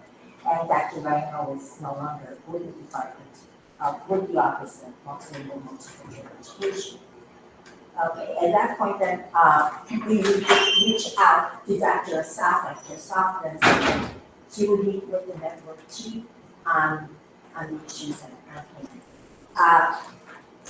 now they got through email, Dr. Travis has indicated they did meet August 29th with the network met with only. Now I think that this is very encouraging. The response is very encouraging because, and I'm going to quote here, ultimately, the work lives in the school level. So what we're attempting to do, which is what we wanted to do from day one, is that this should be resolved at the school level. So Dr. Travis and Dr. Travis is here. This is ultimately this work lives at the school level. The school leadership, the dual language coordinator, and the committee, which have in consultation with coordinator. So I think the next step is that Dr. Travis said he's going to be meeting with the specialists assigned to our school from Ome, and I believe they'll be meeting shortly. And then once you meet with the specialist, Dr. Travis, then the specialist is going to meet with our school leadership, the dual language coordinator, and our committee. That's the process that we're going to use in order to reach a consensus, in order to get more guidance, in order to letter, how to write each program, is that the steps? Am I interpreting this correctly? I love that you put school up. And I think that says it all, and I think that that's the mission also of CPS. Work closely with the community. Is that's your whole statement, That's right? what I'm saying. Well, I did. Well, I We should confirm that though, just for the rest to know. I wanted to. No, Margaret, that, we just need to know that your statement, Yes. word of an end. Yes. Well, now I just want to clarify, is that the process? Yeah, I know, that's what I'm saying, because I want to make sure you're done. Then, Dr. Travalos, if you would be so kind to speak, is that what you're asking, Margaret? Question. So I will address it, but I just want to be clear, when I'm here, I'm really like not part of the LSC. Yeah, exactly. That's why you're, yeah. So, but I will address it. So, I did meet with Omi to discuss Inter-American and our other dual language schools, because we have time. The reality is there's just been a lot of central office changes and network changes, so a lot less people trying to do a lot more work, which is also that notation at the bottom, and it's going a little slower than any of us would like, just because of bandwidth. So my next step is to meet with the specialist for Inter-American, and I talk about what's been shared with me and what I've gathered through these meetings. I'm not sure that she's familiar with Inter-American, but I'm sure she's got access to information and other things like that, and then kind of figure out what is the path forward. And my statement in here isn't rooted out of policy, it's just rooted in common sense, right? Let's work together as a school, as a committee, as a leadership team, as a network to figure out what's best for the school. So, We appreciate it. Thank you. you're welcome. So that, everything else, thank you, Margarita. That concludes your reports, because the other reports we put it. And I just have one question, and I know, I think it's because we received it afterwards, or am I missing? Oh, no, okay, that's Okay. So we're gonna go on to old business now. LSC communications, Jenny, would you be okay doing this one? Yep. I know you might need a minute to watch that. Yes. There's several, there's a few things that needed to be, it's old business because we discussed it kind of. Oh, I'm sorry, can I just make one real quick statement? I want to thank, the president and the new officers from FedEx. We received a very thorough report, and we also included also the funds, the financial. We did, and, So, yeah, yeah, so thank we you for want to saying thank that. them, and we'll be a part of the Okay, thank you.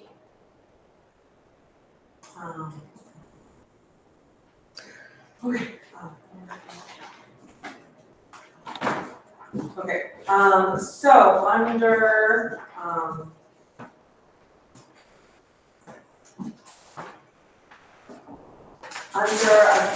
old business, LSC communications. So, as you all know, there is an LSC email that was created by parents years ago to have a centralized place to keep documents and to have the public be able to communicate with us. There, 2 years ago, I don't know when, it was, before there only, it was created, anyway, sorry. Train of thought. It's only we're running out of storage. Well, yes, a couple of things. So the first is that there have been issues with, it was set up to, a change was made so that all the emails were tried to be forwarded to everybody on the LSC. There have been glitches, not everyone gets the LSC emails. And so moving forward, as secretary, I'm going to discontinue the forwarding, and I will take responsibility to forward emails, check the email and forward it to everybody. So I'm informing everybody of that change to ensure that there's thorough communication and we don't have those glitches. And so only the LSC secretary will now be managing the LSC email and forwarding that information to everybody. And number two, because of storage issues where we're at 86%, the bulk of that is recordings. And so in consultation with LSC Relations on how to not have to pay for Google storage, we saw, I looked it up, and other LSCs put their meeting recordings on YouTube. which we can then upload and have our YouTube channel. And that is allowed to do, as Ms. Ford did inform us during email. So thus, that's my recommendation to, if Ms. Mann is open to being responsible, my husband will advise on how to set up the YouTube channel to then be able to, you'll send it to me so that I can then upload it. We're gonna be Wonderful YouTubers? feedback. I know, we're gonna be YouTubers. And that we need to vote, so that's why it's. Right, it's a voting item, but just, that there'll be a process so that instead of it being stored on Google Drive, it'll be stored We on can sit YouTube. and figure that out. And we will figure that out. So that's a voting item, and those are the two, items. Yeah, I think that's reasonable to me, and it's allowed, and we have it on the agenda for a vote. Does anybody have any issues about that before we move on? Not an issue, just an ask. If you can share that email that you got from Ms. Ford saying that it was allowed, that would be great. That's good. So then second is purchase of microphone. And you want to leave this one too? Yeah. Thank you. So, in conversation, with parents, since last year, well, actually, since I came to the school and tried to join virtual events. As a magnet school, we have parents who are all over, and we do have virtual events to inform the school, and all IEP, which is diverse learner meetings, are done virtually as well, and parents have communicated that it's with just the Chromebooks to be, or our little microphones that are, some teachers have, that not all books have, listening to the special education meeting updates that are all done virtually is very challenging. And also, in light of the current issue around potential fear of ICE and immigration, I think as a school, having accessible virtual events is something that is a priority for our school. And similar to this projector and this computer that is school equipment, that is used for school priorities, that then the LSC also uses sometimes, that microphone could also sometimes be used for our LSC meetings to make those meetings more accessible. So to clarify, I am proposing that we use $2,000 that's in the box top line item to buy it is both a camera and audio system that could serve to ensure that our school can meet the needs of vulnerable populations who are not able to be here physically for events and have virtual meetings. So that is something that I'm proposing, and I have the Amazon piece and the account, and I would like to propose that we use those funds that way, and request that then Mr. Stiles creates an expenditure. We could vote on that today as a school, use the school funds for school equipment. And the cost is basically $2,000, and the amount in the box top is just over that, or approximately the same. Yep. So it'd be covered. Question, do we have to discuss what it will all be used for, or is that not necessarily important for the vote? I think, I know we use it here, but as far as. I think we could discuss, I would love for Principal Zayas to talk to, so my thought is that, it could be, housed with, special education teachers, or potentially, figure out where, the most folks would use it, on an ongoing basis. But that they could have it for their virtual meetings, and then that the LC could use it sometimes for other than teachers, or thinking about Principal Zayas and the state of the school presentation, or other town halls that we might want to have with multiple presentations, or the presentation of the CIWP that are not LSC events, but are virtual events that we want to ensure our community can hear and listen. And so I think that as a piece of equipment that with Mr. Zayas' leadership, we can figure out other creative ways to maximize the use of that equipment. Yeah, go ahead. So we all received the same information from the LSC rep, Ms. Binding, with regards to the LSC, with it having that ability to actually fundraise for that. As you heard from Ms. Mann, we have a lot of other needs, which include professional development, which include ensuring that we're equitable with our expenses. So I just see it as, yes, I am not saying that this is not important, I'm saying that there are other competing priorities where we can use this money. I would really look into the suggestion from the LSC rep and have the LSC just fundraise specifically for that purpose. I think So that- thank you, Mr. Sires. I do have an update from that. I created another thread to get more clarification about that, and let's,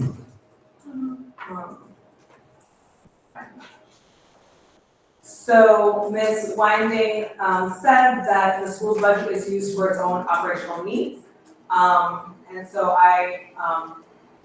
given that this is like any other equipment, so she clarified that if it's something that just the LSC is purchasing, we can fundraise and we can do that. But given that we're fundraising for other things for the school, I don't think it's a good use of staff time for the LSC to fundraise for that. Not saying I'm not willing to do that, but I'm saying that I've been on the LSC for 4 years and that box top money has been there and it hasn't been used.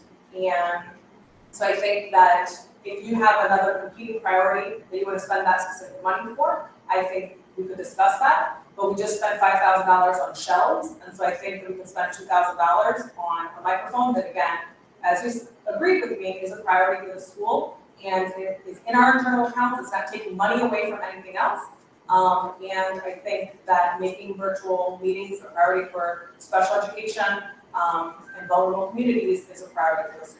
I also, I was just gonna say, we have maybe at most 15 meetings a year, 12 a year, and then maybe add a few around the budget season.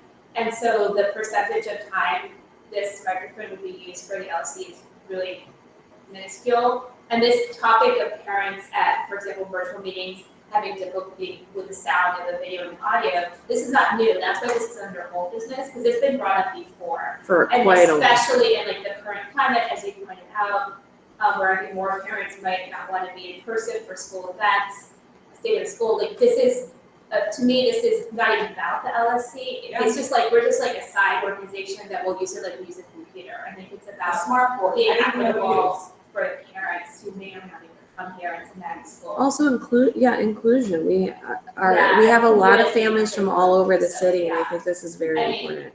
We approved the bookshelves, that's fine. I'd rather have the books on the floor and parents who need to listen to their kids not I even agree. reading, or who aren't able to come to school have that. To me, that's an even bigger priority. Because then what are we here for, you know?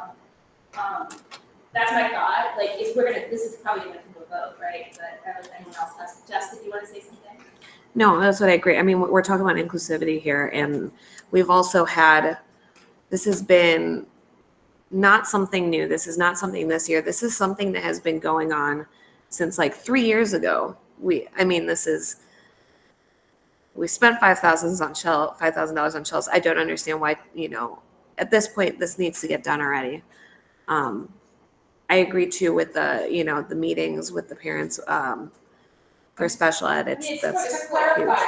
I think it was misrepresented, that was initially presented, that this was equipment for the LSC. The LSC would benefit from this, but it is not for the LSC. This is something that was used in the school, and that as a magnet school, we're making it accessible to It would everyone. be like fraction of the percentage of use. And so I think, but in order for it to be a school purchase, the principal has to be the one to Generate the generate, and I have it all there, so Principal Zayas, what is I your mean, response we to? would go, and if the majority passes, then that's the way we spend it, right? That's just kind of, does anyone else have anything to say about, I mean, it's one of many expenditures and transfers we've got on here. Because we don't specify what they are in the vote, but it's on the agenda. Does anyone else want to talk about it before we move on to the last item for old business? Okay.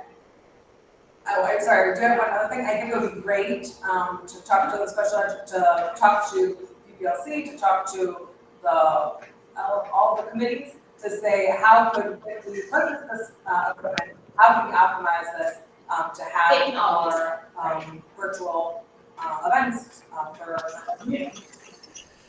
clear, so we vote on it today, right? Yeah. Yeah, I mean, it's something that can be used for.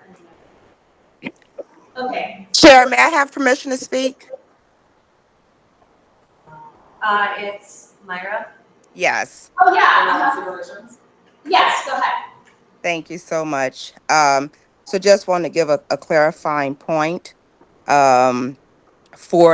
I heard you correctly, said, can we vote on the purchase? And so the vote for the purchase of the equipment, is not necessary if the LSC, if you all want to purchase that, as I stated before, if it's something you deem that you want to purchase, you all could vote to do that and do a fundraiser. But if it's something the school is purchasing, the school would have to choose to purchase that equipment. That's a choice that the school would make. And it sounds like it is something that's being entertained, but just sounds like it's not going to happen right now, if I'm hearing that correctly. Although, for clarification, if we have the funds in our internal accounts and it's seen as a school priority, the LSC can recommend to make the vote, and Principal Zayas can make the order if he sees it as well as a priority. Because it's an expenditure, and the LSC. Yes, that is true. That's what we're talking about voting on, that we're voting on. Okay, got it. Forgive Not me for the confusion. I apologize. No worries, yeah, I thought that was maybe unclear to something else. Yeah, so the vote is to vote for the box top line items to be used for this as an expenditure. Yes, that works. Thank you for that. Okay, moving on, are we all done with the microphone discussion? I think so, right? So then the letter of support for building maintenance staff. Mary, you sent it to everybody, right? Yes. Okay, great. So everyone had a chance to review the letter of support. But I did print it out for everybody. It's also a voting item, just like we have some other ones for everyone to be aware of.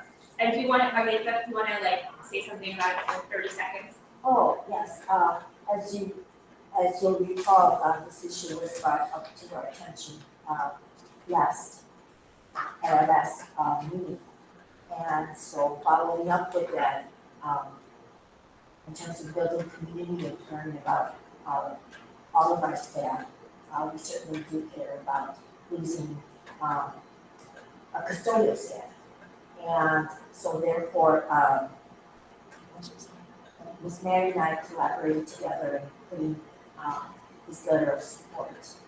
And so we are asking the district to please make sure that he's reassigned to our schools. And we are asking that he be retained at his current pay and he receives his current benefits. And of course, to retain his seniority.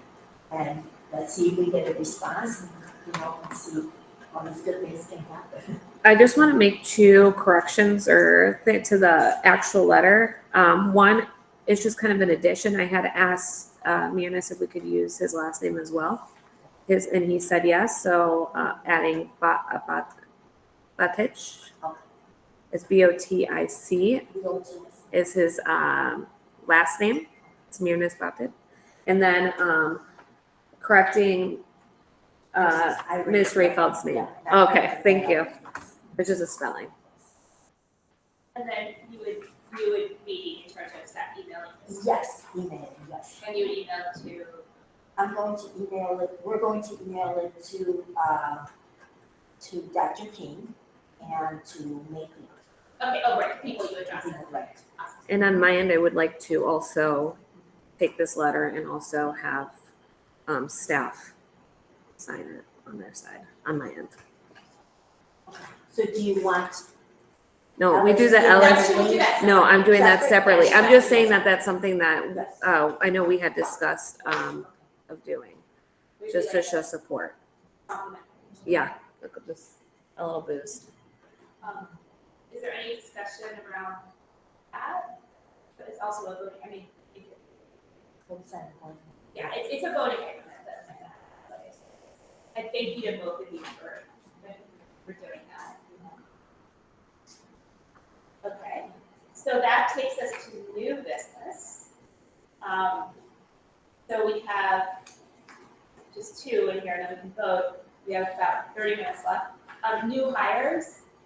I think there was, like, we started talking about it with, I guess there's the kindergarten question, right? And I know obviously in terms of personnel matters, we're gonna be respectful, right, about that. We just wanted some clarity, I think, on the process.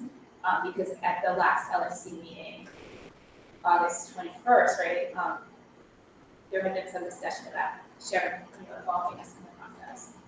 Is it possible for you to share just when the new person was hired? So they were first interviewed via phone. Oh, for context, she wasn't the only one that was interviewed. We had a small pool of qualified individuals. From that pool, a lot of them, when it came to the phone interview portion, they just weren't the caliber of teachers that we wanted. How many phone interviews did you have? I'd say at least 10. At least 10. Out of how many applicants? Out of qualified applicants,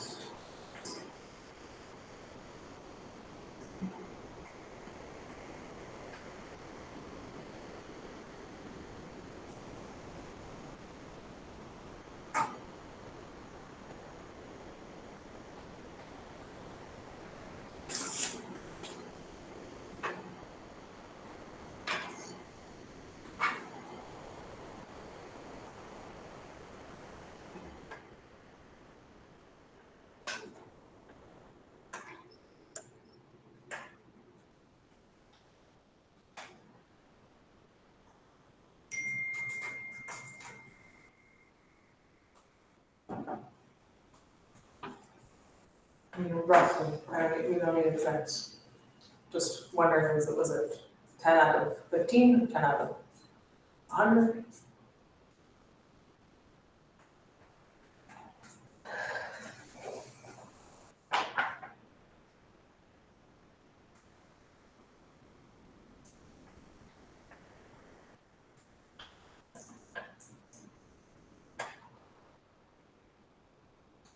out of 28, about half of them just did not qualify. Then from the ones that did, we interviewed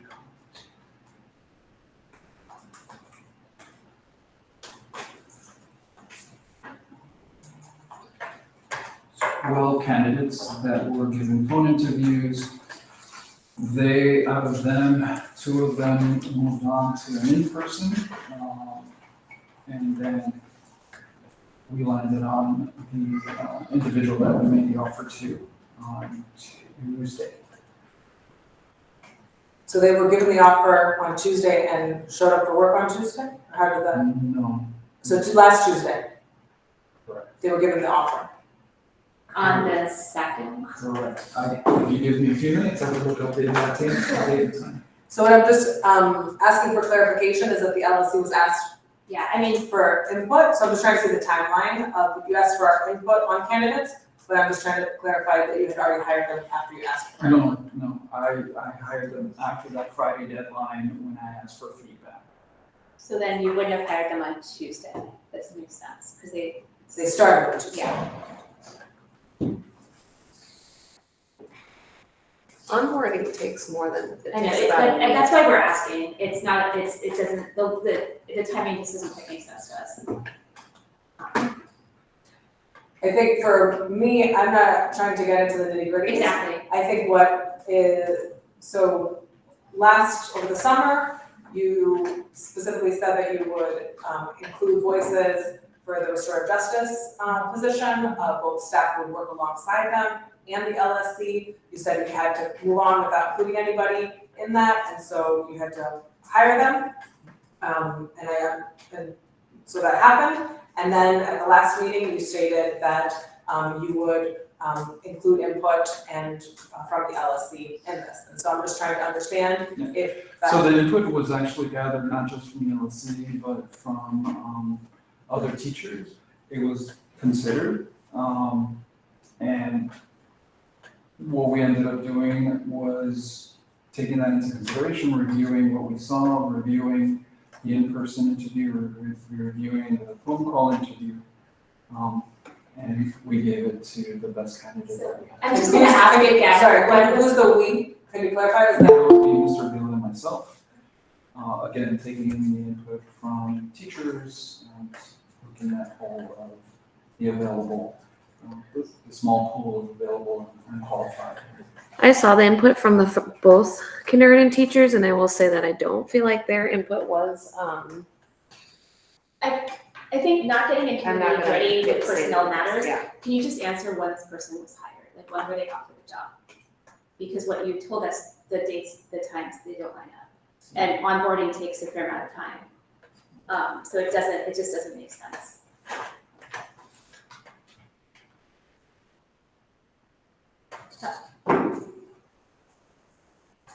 How long does onboarding, while you look it up, how long does onboarding usually take us?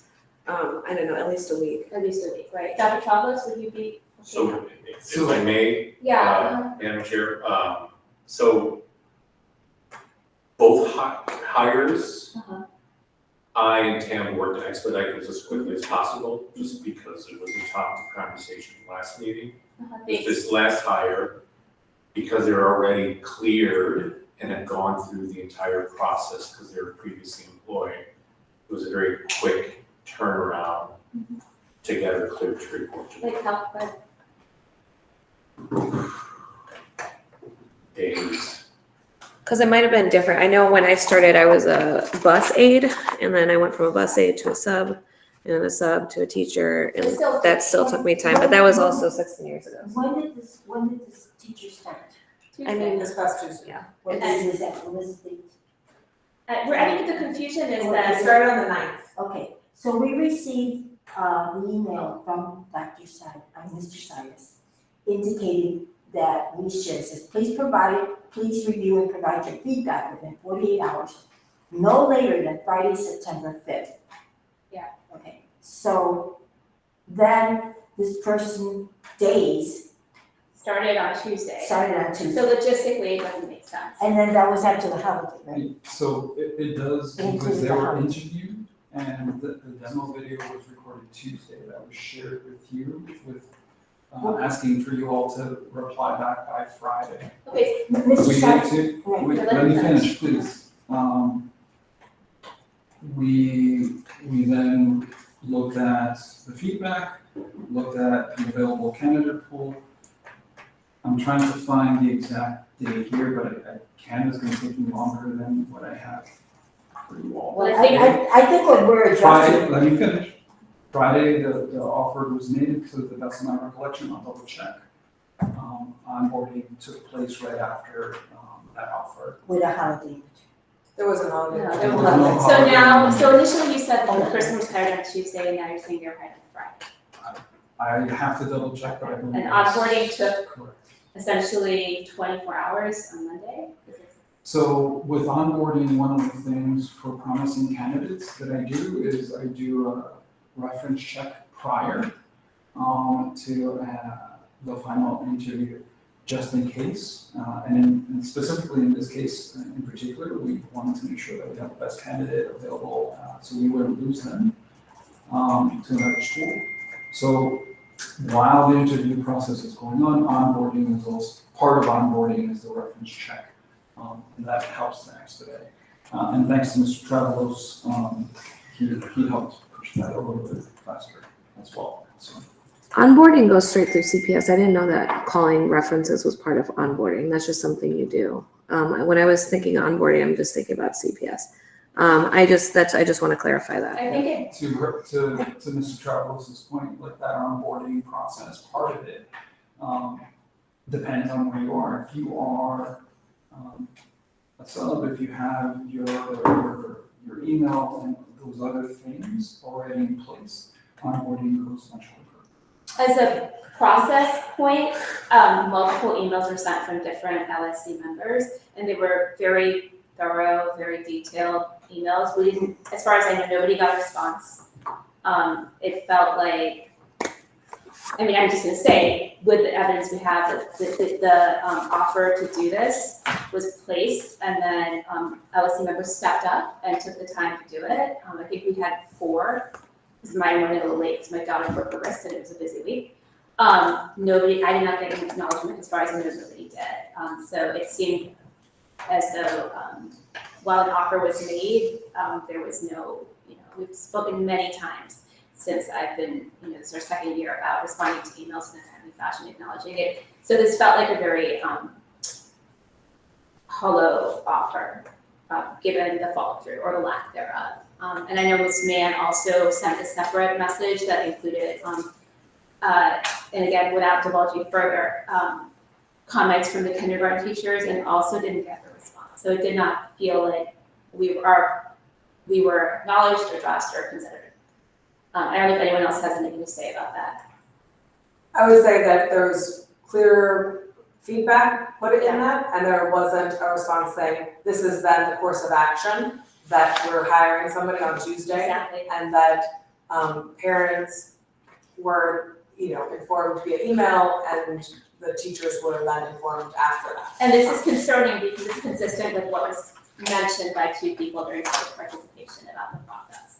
So it seems like it's a consistent pattern about not acknowledging feedback, addressing it with parents and with the LSC. And this was an opportunity to do so. And we've talked at length about collaboration and including with you principals, I've spoken at length about collaboration. This was a clear opportunity to collaborate with parents and with LSC members. And it was, again, it was a missed opportunity. And I've spoken at length about this. So it's unfortunate. It's really, I hope that moving forward, because it's, again, we keep. I'd like to make. I know, but moving forward, that again, this is a reminder about how. I think that this has to go on record, and I think that this is very important. Okay. When, in the very first year, when there was a vacancy for the dual language coordinator, you said that you were going to involve the LSC in that selection as well as parents. Okay. You said I have 9 applicants. When I narrow it down to 3, we will involve them. When we left them the second time, we asked you. You said I have 5 now. I'm going to narrow it down to 3. When I do that, then I will invite. And I don't want to name names. Very, very good people that have given very good input into the selection of this of the dual language. Yes, yes, pattern.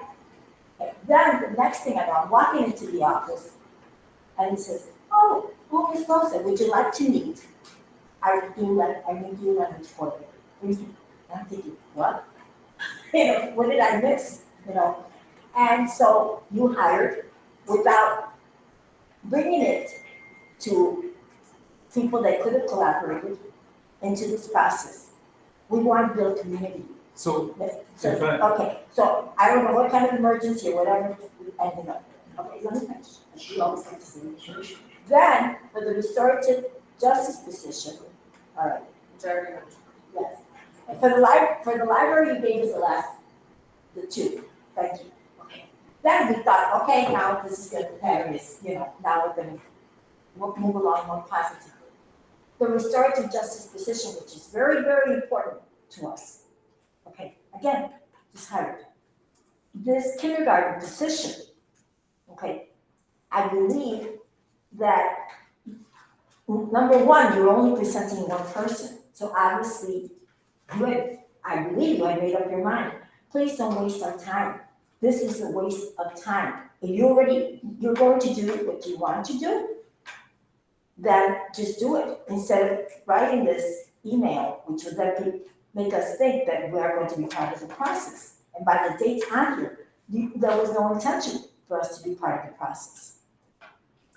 So, And that's all. I know we need to move on. I will state, I think this is again an example of a disconnect between your words of saying that you want to collaborate and your actions. They're not correlating. And I would say, to me, the other crucial component that I've learned from our educators the years I've been here is that cross-grade, team grade level coordination is crucial to the success of the team. And having the input and having opportunity to me, the LSC is an added plus, but genuine connecting and getting that feedback from the other kindergarten teachers in more than just an email, but other ways to engage them, in the past being involved in the interview process or having them also observe. I think there are ways that ensuring that you and Mr. Avila are not going to be the ones that are teaching alongside this candidate. And the same as other ways, in the restorative justice, we said the people who are going to be working with them should be involved in that process, because that is a crucial piece and they were not involved in that process. And so again, I understand the rules say that you are the one who hires them. You are in that role, the principal is the one who hires. No one's saying that you don't have that power and authority. What we're saying is that the people who are working alongside them, who need to then be working for years to come with them, should be involved in that process. And you say that, but then your actions don't do that. And so it's very disappointing. And again, I think disrespectful that we spent all of our time doing it, and it seems like you already made up your mind. Yeah, so with regards to the language coordinator, that position was the original. When I first started, the dual language coordinator position was actually shared with various teachers in the hire of that individual. They were part of online because we had the time. They were part of those online interviews. Restorative justice coordinator, as I said before, we had a great candidate, continue to have a great restorative justice coordinator. The turnaround was short. We wanted to make sure, as I explained before, that we had that person in place. Recommendations came in from individuals that are actually part of CPS from other departments. With the library, as I mentioned before, you were all very involved with that. I took into consideration the candidate that you wanted, and that's how it went. With Kinder, because she had worked here before, and my individual conversations with the kindergarten team, when they were working with her, were positive. Their reaction to the demo video highlighted some areas of need, which we are going to be addressing. But to say that I didn't take your input seriously is not true. Why did you not email us back? With regards to the hire? Well, 4 emails were sent with input and no acknowledgement. To say what direction you're going. I mean, I'm literally just asking why. So, in that regard, I should have acknowledged the decision. I'll do that on that regard.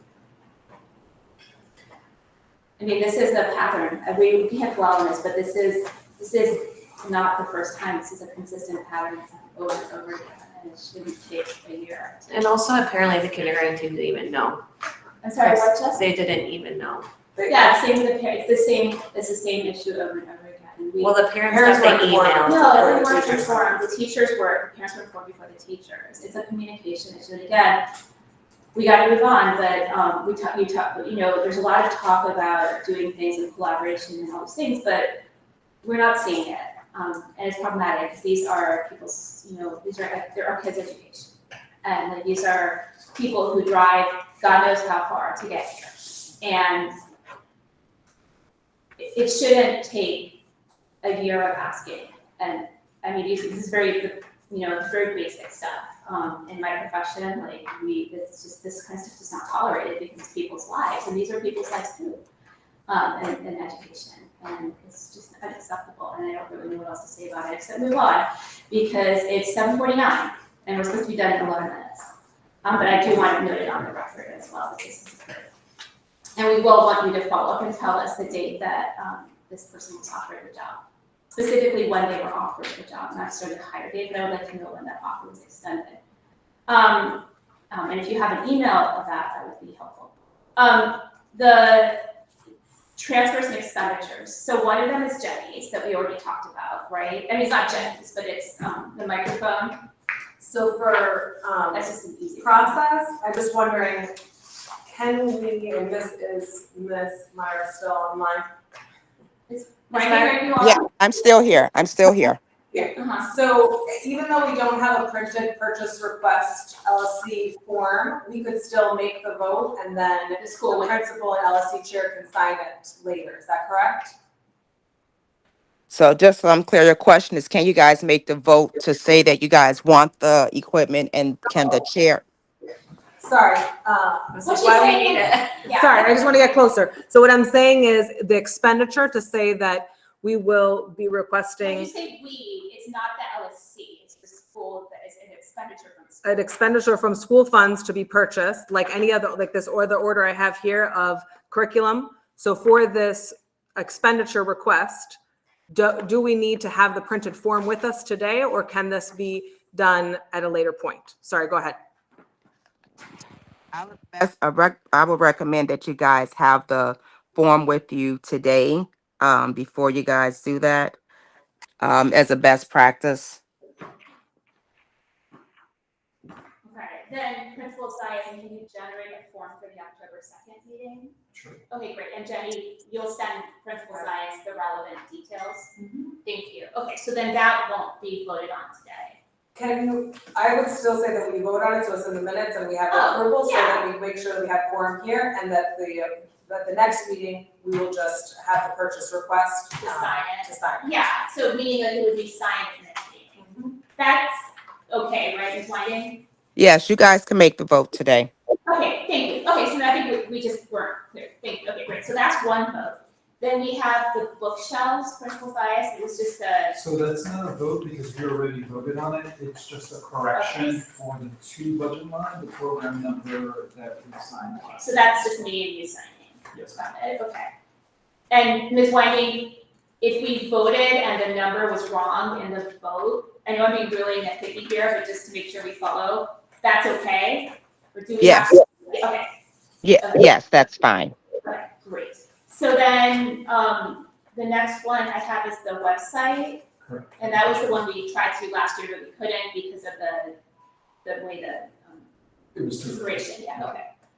And so this is something that we had discussed last spring, for school. Do they have any issues with this one at all? Or, I mean, not issues, but like, there's no questions, right? And this is coming from,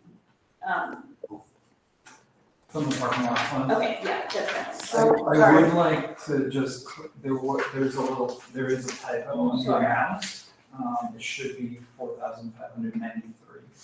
That's what Where mine is that? says. Mine says 93. It says 4,300.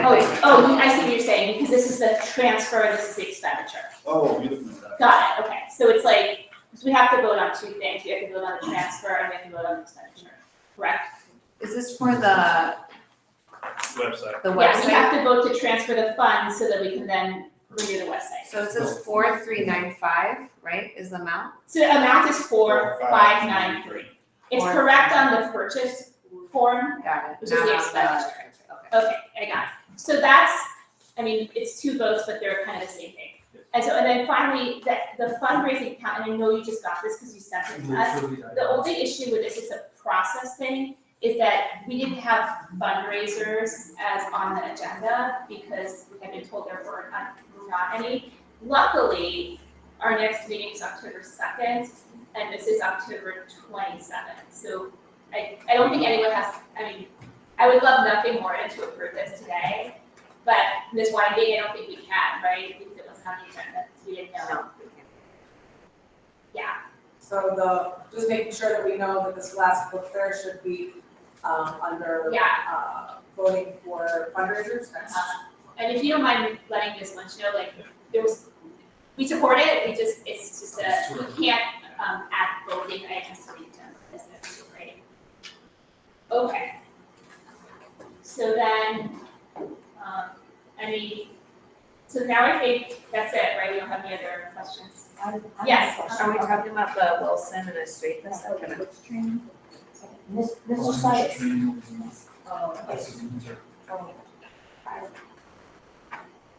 The question I have is, you have you have posted a position for another hourly? I'm not sure how that has to do with the agenda. Okay, well, it's under new hires. So, Oh, yeah, we moved on from new hires, sorry.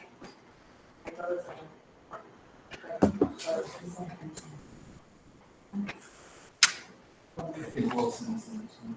Yeah, I think mine just didn't have them all. I just need, I understand, but, I just need to understand what are the, which one are we doing first in terms of the minutes? I'm just trying to figure out. We have more, I just didn't have them all, it's the ones that you just sent, right? Is it the Wilson and the, Yeah. so, And there's two with- Mr. Zayas, I know you said that you guys have to talk to the people For the on the training. professional Can you development. please check with each grade level, because I know kindergarten teacher needs training in Estrella. And I'm assuming Wilson because, Okay, so I would ask please for October 2nd, if we could please have that, what is this called? PO?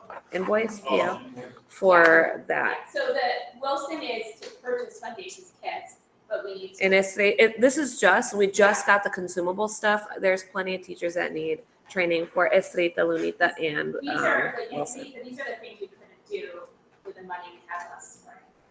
They weren't the vendor at the time, or they lost their vendor So number. we have one transfer from Wilson to then Wilson and then one purchase for foundations. And There's- we have one transfer for Estelita and two purchases. Yes, because it's pre-K For and the minutes, I completely lost what you was saying, so I need to, Yeah. to help me, because So let's go in order. So thank you. we'll do all the votes on the transfers and expenditures first, as written in the agenda before you have the votes. So vote number one can be the microphone, okay, does that work, Jenny? Yes. I'm just gonna, vote number two, and we haven't done it yet, can be the shelves. The shelves we don't need to vote, so that's fine. Then, just going ahead in order, vote number two can be the But I don't website. know what you're saying, because I don't know how they correspond to these numbers. So when you're saying those shelves, I just need to know, Mr. Sires, if you can clarify which numbers we're looking at for the Chrome, because not, some of them just say, oh, there's the Wilsons, okay, that makes sense. So the Chrome shelving is next. The Chrome shelving we don't have to vote on, Yeah, not both. I just have to sign.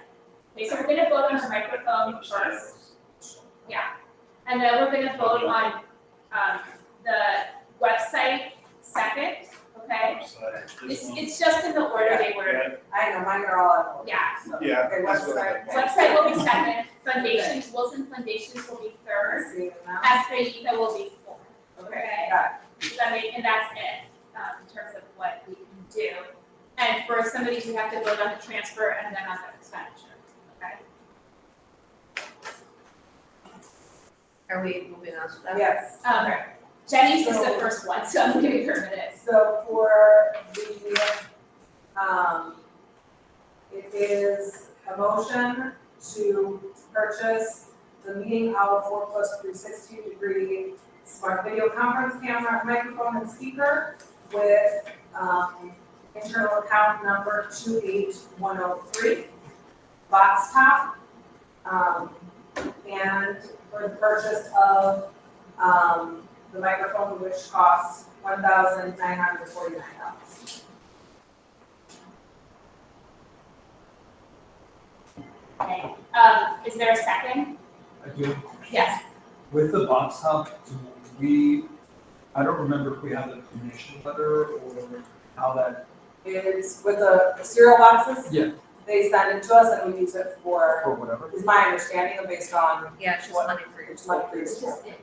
So it's, okay, up to the discretion of us. To be used as a is there, would someone like to second that? A second. Okay, and then, all in favor of purchasing, raise your hand, say aye. Aye. Aye. I think that was unanimous. Margarita, right? Yeah, you were down.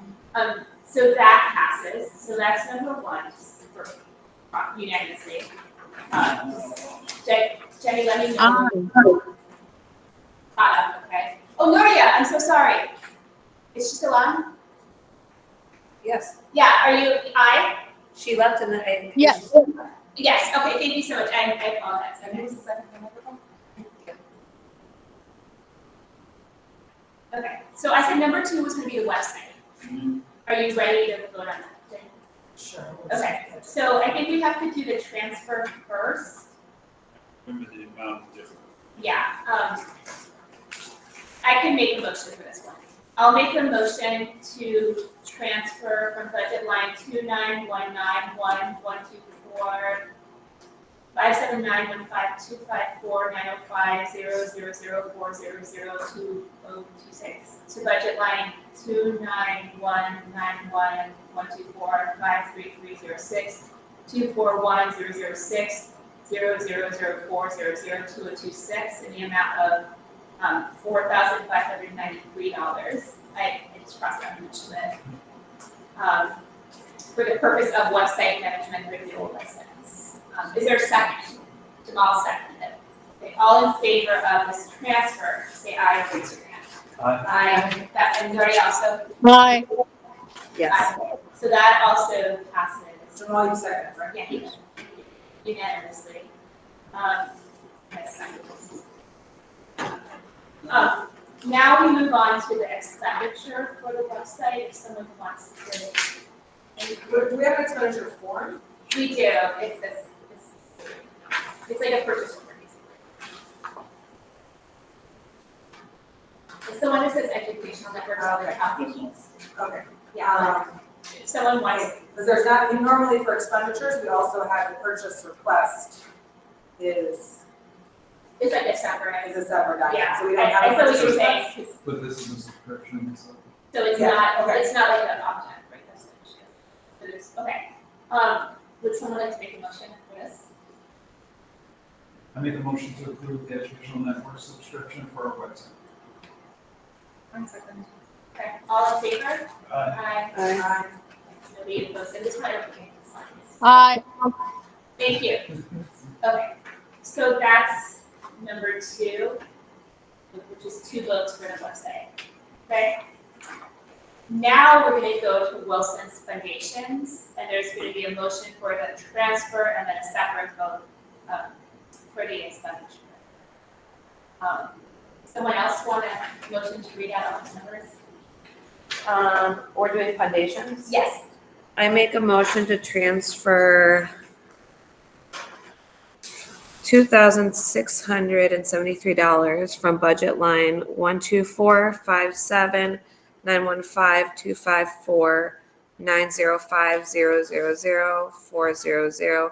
1245795250004002026, which is from the parking lot fund, to budget line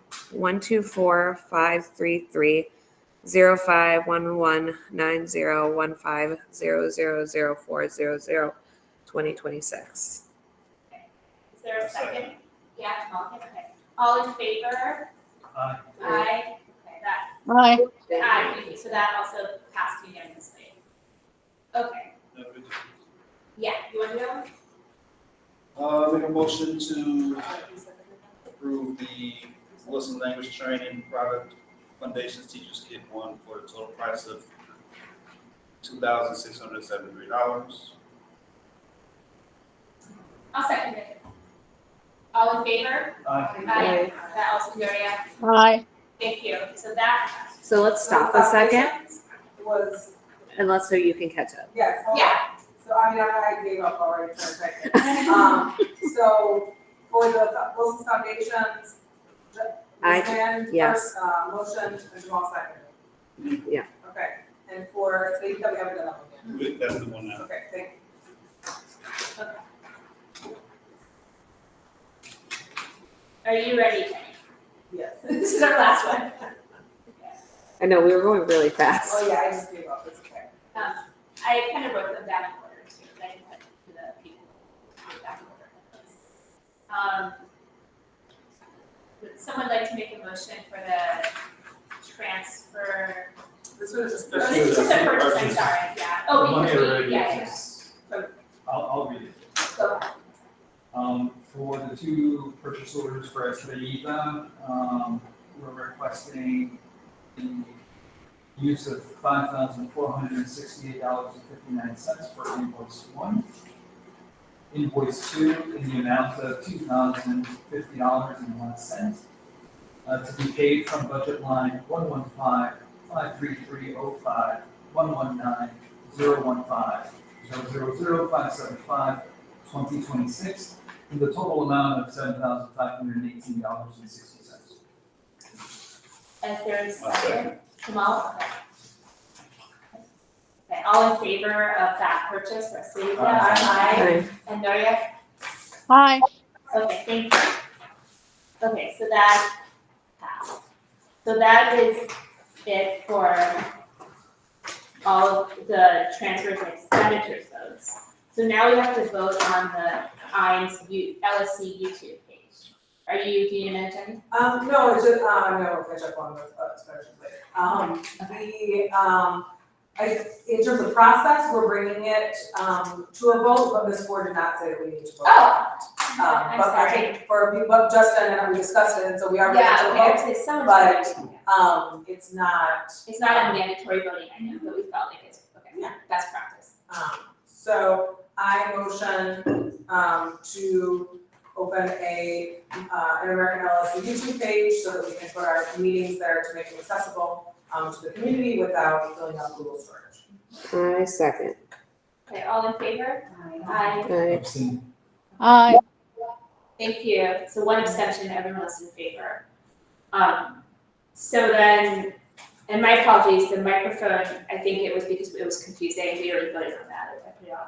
And so we're it doesn't matter, it's really an expenditure. So just so for those online, I'm removing it from the The, agenda, it's not a voting item, that was a miscommunication, it is an expenditure that was included in the general expenditure, voting item. okay, so the last voting item is vote on letter of support for building maintenance. Would someone like to make a motion for this vote? I'll make a motion as long as those corrections are made that we spoke about. Right, which was the name and, You may have misread those minutes. yes. Yeah. Okay. I second. Okay, all in favor of that letter of support, which Ms. Rosa will then email. Aye. Nadia? Oh, I said I already. Sorry. Thank you. Okay, so that passes unanimously. So that concludes the voting items. It is 8:07. Okay, I'd like to, I'm sorry I missed under new hires in the discussion.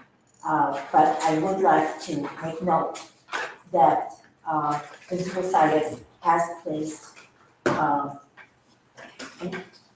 as announced, an opening or a need for, an hour. So I'd like to just have a few minutes of discussion on it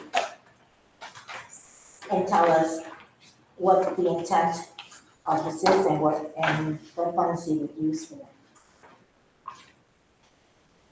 So the funds for, one, to ensure that we have enough individuals during recess and lunch. We are using the bucket that was allocated to the school for miscellaneous. As we explained last year, for that miscellaneous bucket, you can have multiple people being paid out of that bucket. So we went ahead and hired an additional person to fit the schedule that I shared with you all. So you already filled that position? Yes, And, okay, so this, they're going through the onboarding process. and this is a parent from our school? or- I'm not going to talk about personnel issues, and I'll answer the question as far as that position is concerned. And then, can we have an email from you as to what the responsibilities of this hourly would be? Monitoring recess and lunch. Okay, as the same as the other hours. Hourly's It depends on their individual schedule. They have different responsibilities. In some schedules, like the one that I shared with you, there is a portion that's as directed. That portion is as directed. So whatever the need is for that day from that individual, they're directed to fill that need. The latest hire is only for recess and lunch. Because the budget that was approved, we had only the 4 hours. There are multiple positions that can be filled in that hourly bucket, and this is an additional one. When I broke down the hours and how much we were allocated, I wanted to make sure that we had enough individuals to supervise lunch and recess. And so to clarify, these miscellaneous workers, the hourly workers are being paid from the miscellaneous bucket, but also there's a pre-K. Are those entering these hourly, the funds for They're not the pre-K same, support? they're not the same Or the position. 0.5? They're not the same position. They're not at all. This is just from our miscellaneous bucket that we funded That with we, parking. not that, no. So we were allocated money in our budget. Oh, that's right, flex funds, excuse me. Thank you for clarifying that. So this is coming from the allocation of the flex funds. And how much are you budgeting? They're budgeted the same amount for all miscellaneous employees, which is $20. But the total, that you're budgeting?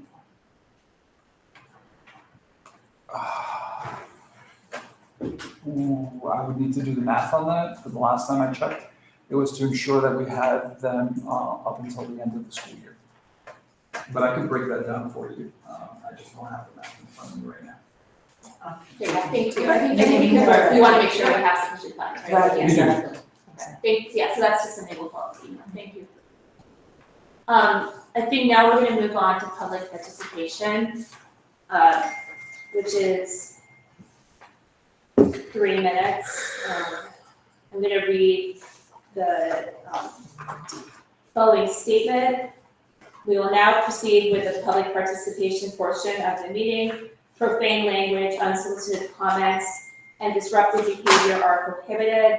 Individuals who are disruptive may be given a warning and may also be removed from the meeting if necessary. The online chat will be open during public participation only for participants to put their name to request to speak. Otherwise, all attendees must refrain from writing anything else in the chat. I don't think we have anyone in person because you can only speak once a meeting. So, no, yeah.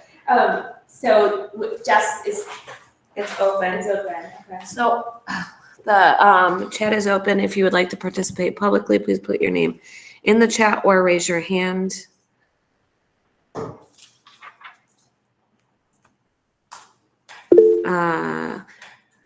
Maria Luisa Ugarte. Can you, what are we doing? Name and. I just can only give you my name because I'm no longer, I'm still a community. Then you say, that's what you say, community member. Yeah, I'm a community member, Mario Ugarte. Everybody knows me. Hello. And I just want to advise the LSC that please pay attention to the hourlies because Mr. Sayas, Principal Juan Sayas, shared 5 positions with you guys, but he still has another posted online. And you guys, including myself, only approved for 3 hourlies with the budget that he gave us, which is about $64,000. And then the pre-K was supposed to pay with pre-K funds, and the 0.5 was also it's about $20,000. So it seems like he's trying to hire someone else. So please keep really close eyes on those funds. Because since Mr. Sayas refuses to give any information, which is public information, I was able to FOIA the pre-K funds. And when I asked how the pre-K miscellaneous that was hired last year was paid, I never got a response. We never did as an LLC, but I was able to find that he paid $11,000 to that person, but it was only $5,000 in that line. So please make sure that you follow those numbers. Mr. Sayas is moving money around without LSC approval, which is one of the charges that I'm sure he's going to be found guilty of, and I'm sure he leaves pretty quickly because he's taking our school down. And I consider my school because I have a lot of friends that I consider family in the school. So please, please, please make sure that you guys follow the money, because Mr. Sayas feels like he is his own personal checking account that he can do whatever. And Mr. Sayas, and I'm going to say this in Spanish so you can actually understand it. Más rápido cae un mentiroso que un ladrón. So just watch, because all the lies that you're saying are coming, are coming to you. And I hope you decide to just leave, because it's I'm sorry, Maria Ugarte, your time is up. Thank you. okay. Next is Carolina Barrera Tobon. Hold on one second. Are you ready with the time? Can you please state your name and grades of your children, please? Can you hear me? Yep. My children are in 7th grade and 5th grade, Nicolas and Cecilia. And I wanted to bring up another lie that Mr. Zayas. I'm sorry. Wait, give me 1 second. I don't know why it's not. I'm sorry. Maybe if you can please speak a little bit louder. Can you hear me now? It's so muffled. It's really muffled. I can try to call back in or sign out and sign back in.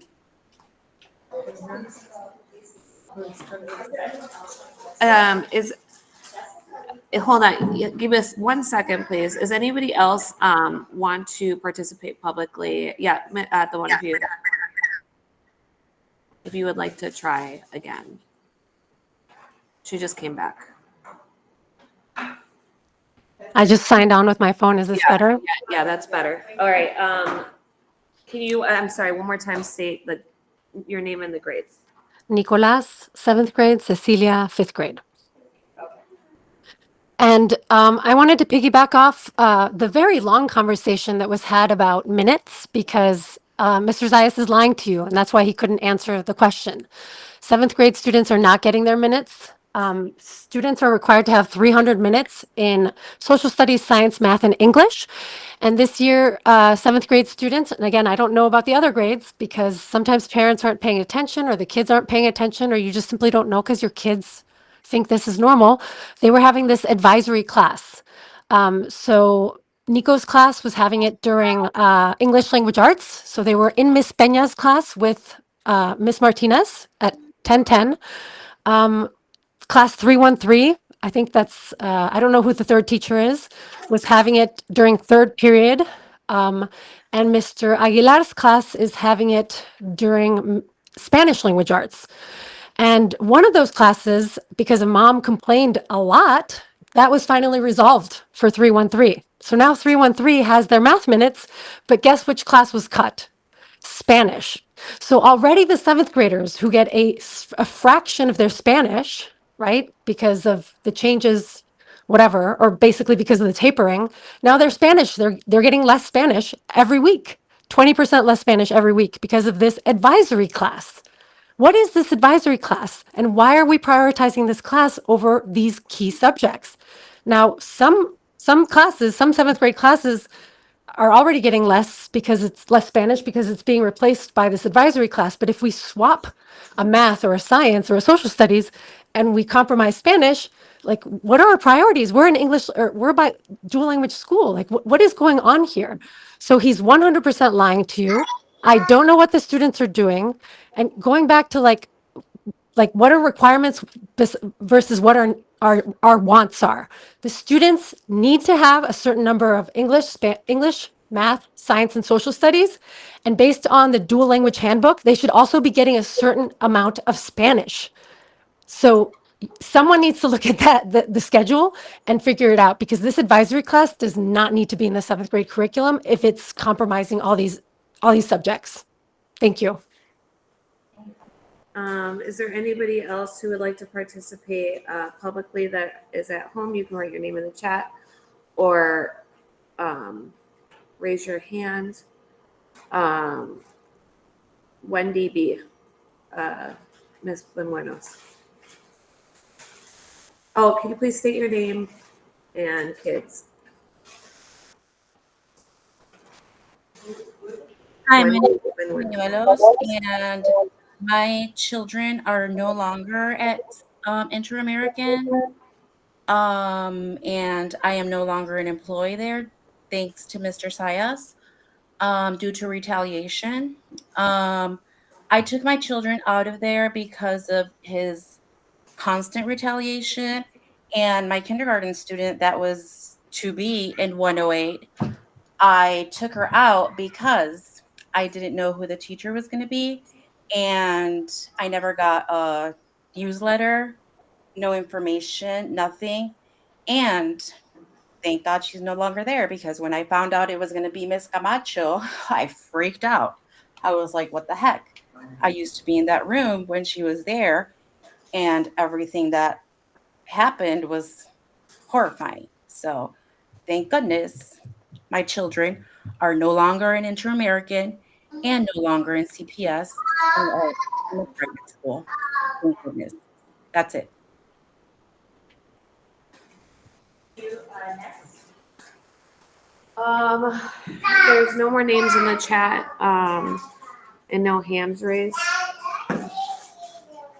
So, going once, going twice, and no one else for public participation. So that concludes public participation. Announcing next meeting, October 2nd, 2025. Same location, same time, 5 p.m. Thank you, everyone. Only 20 more minutes over our end time of 8. Yes, is there a second? I second. All in favor? All opposed? Aye. I second. You motioned, right, everyone wants. Everybody. And everybody, including Nuria, yes. All right. Thank you, everybody.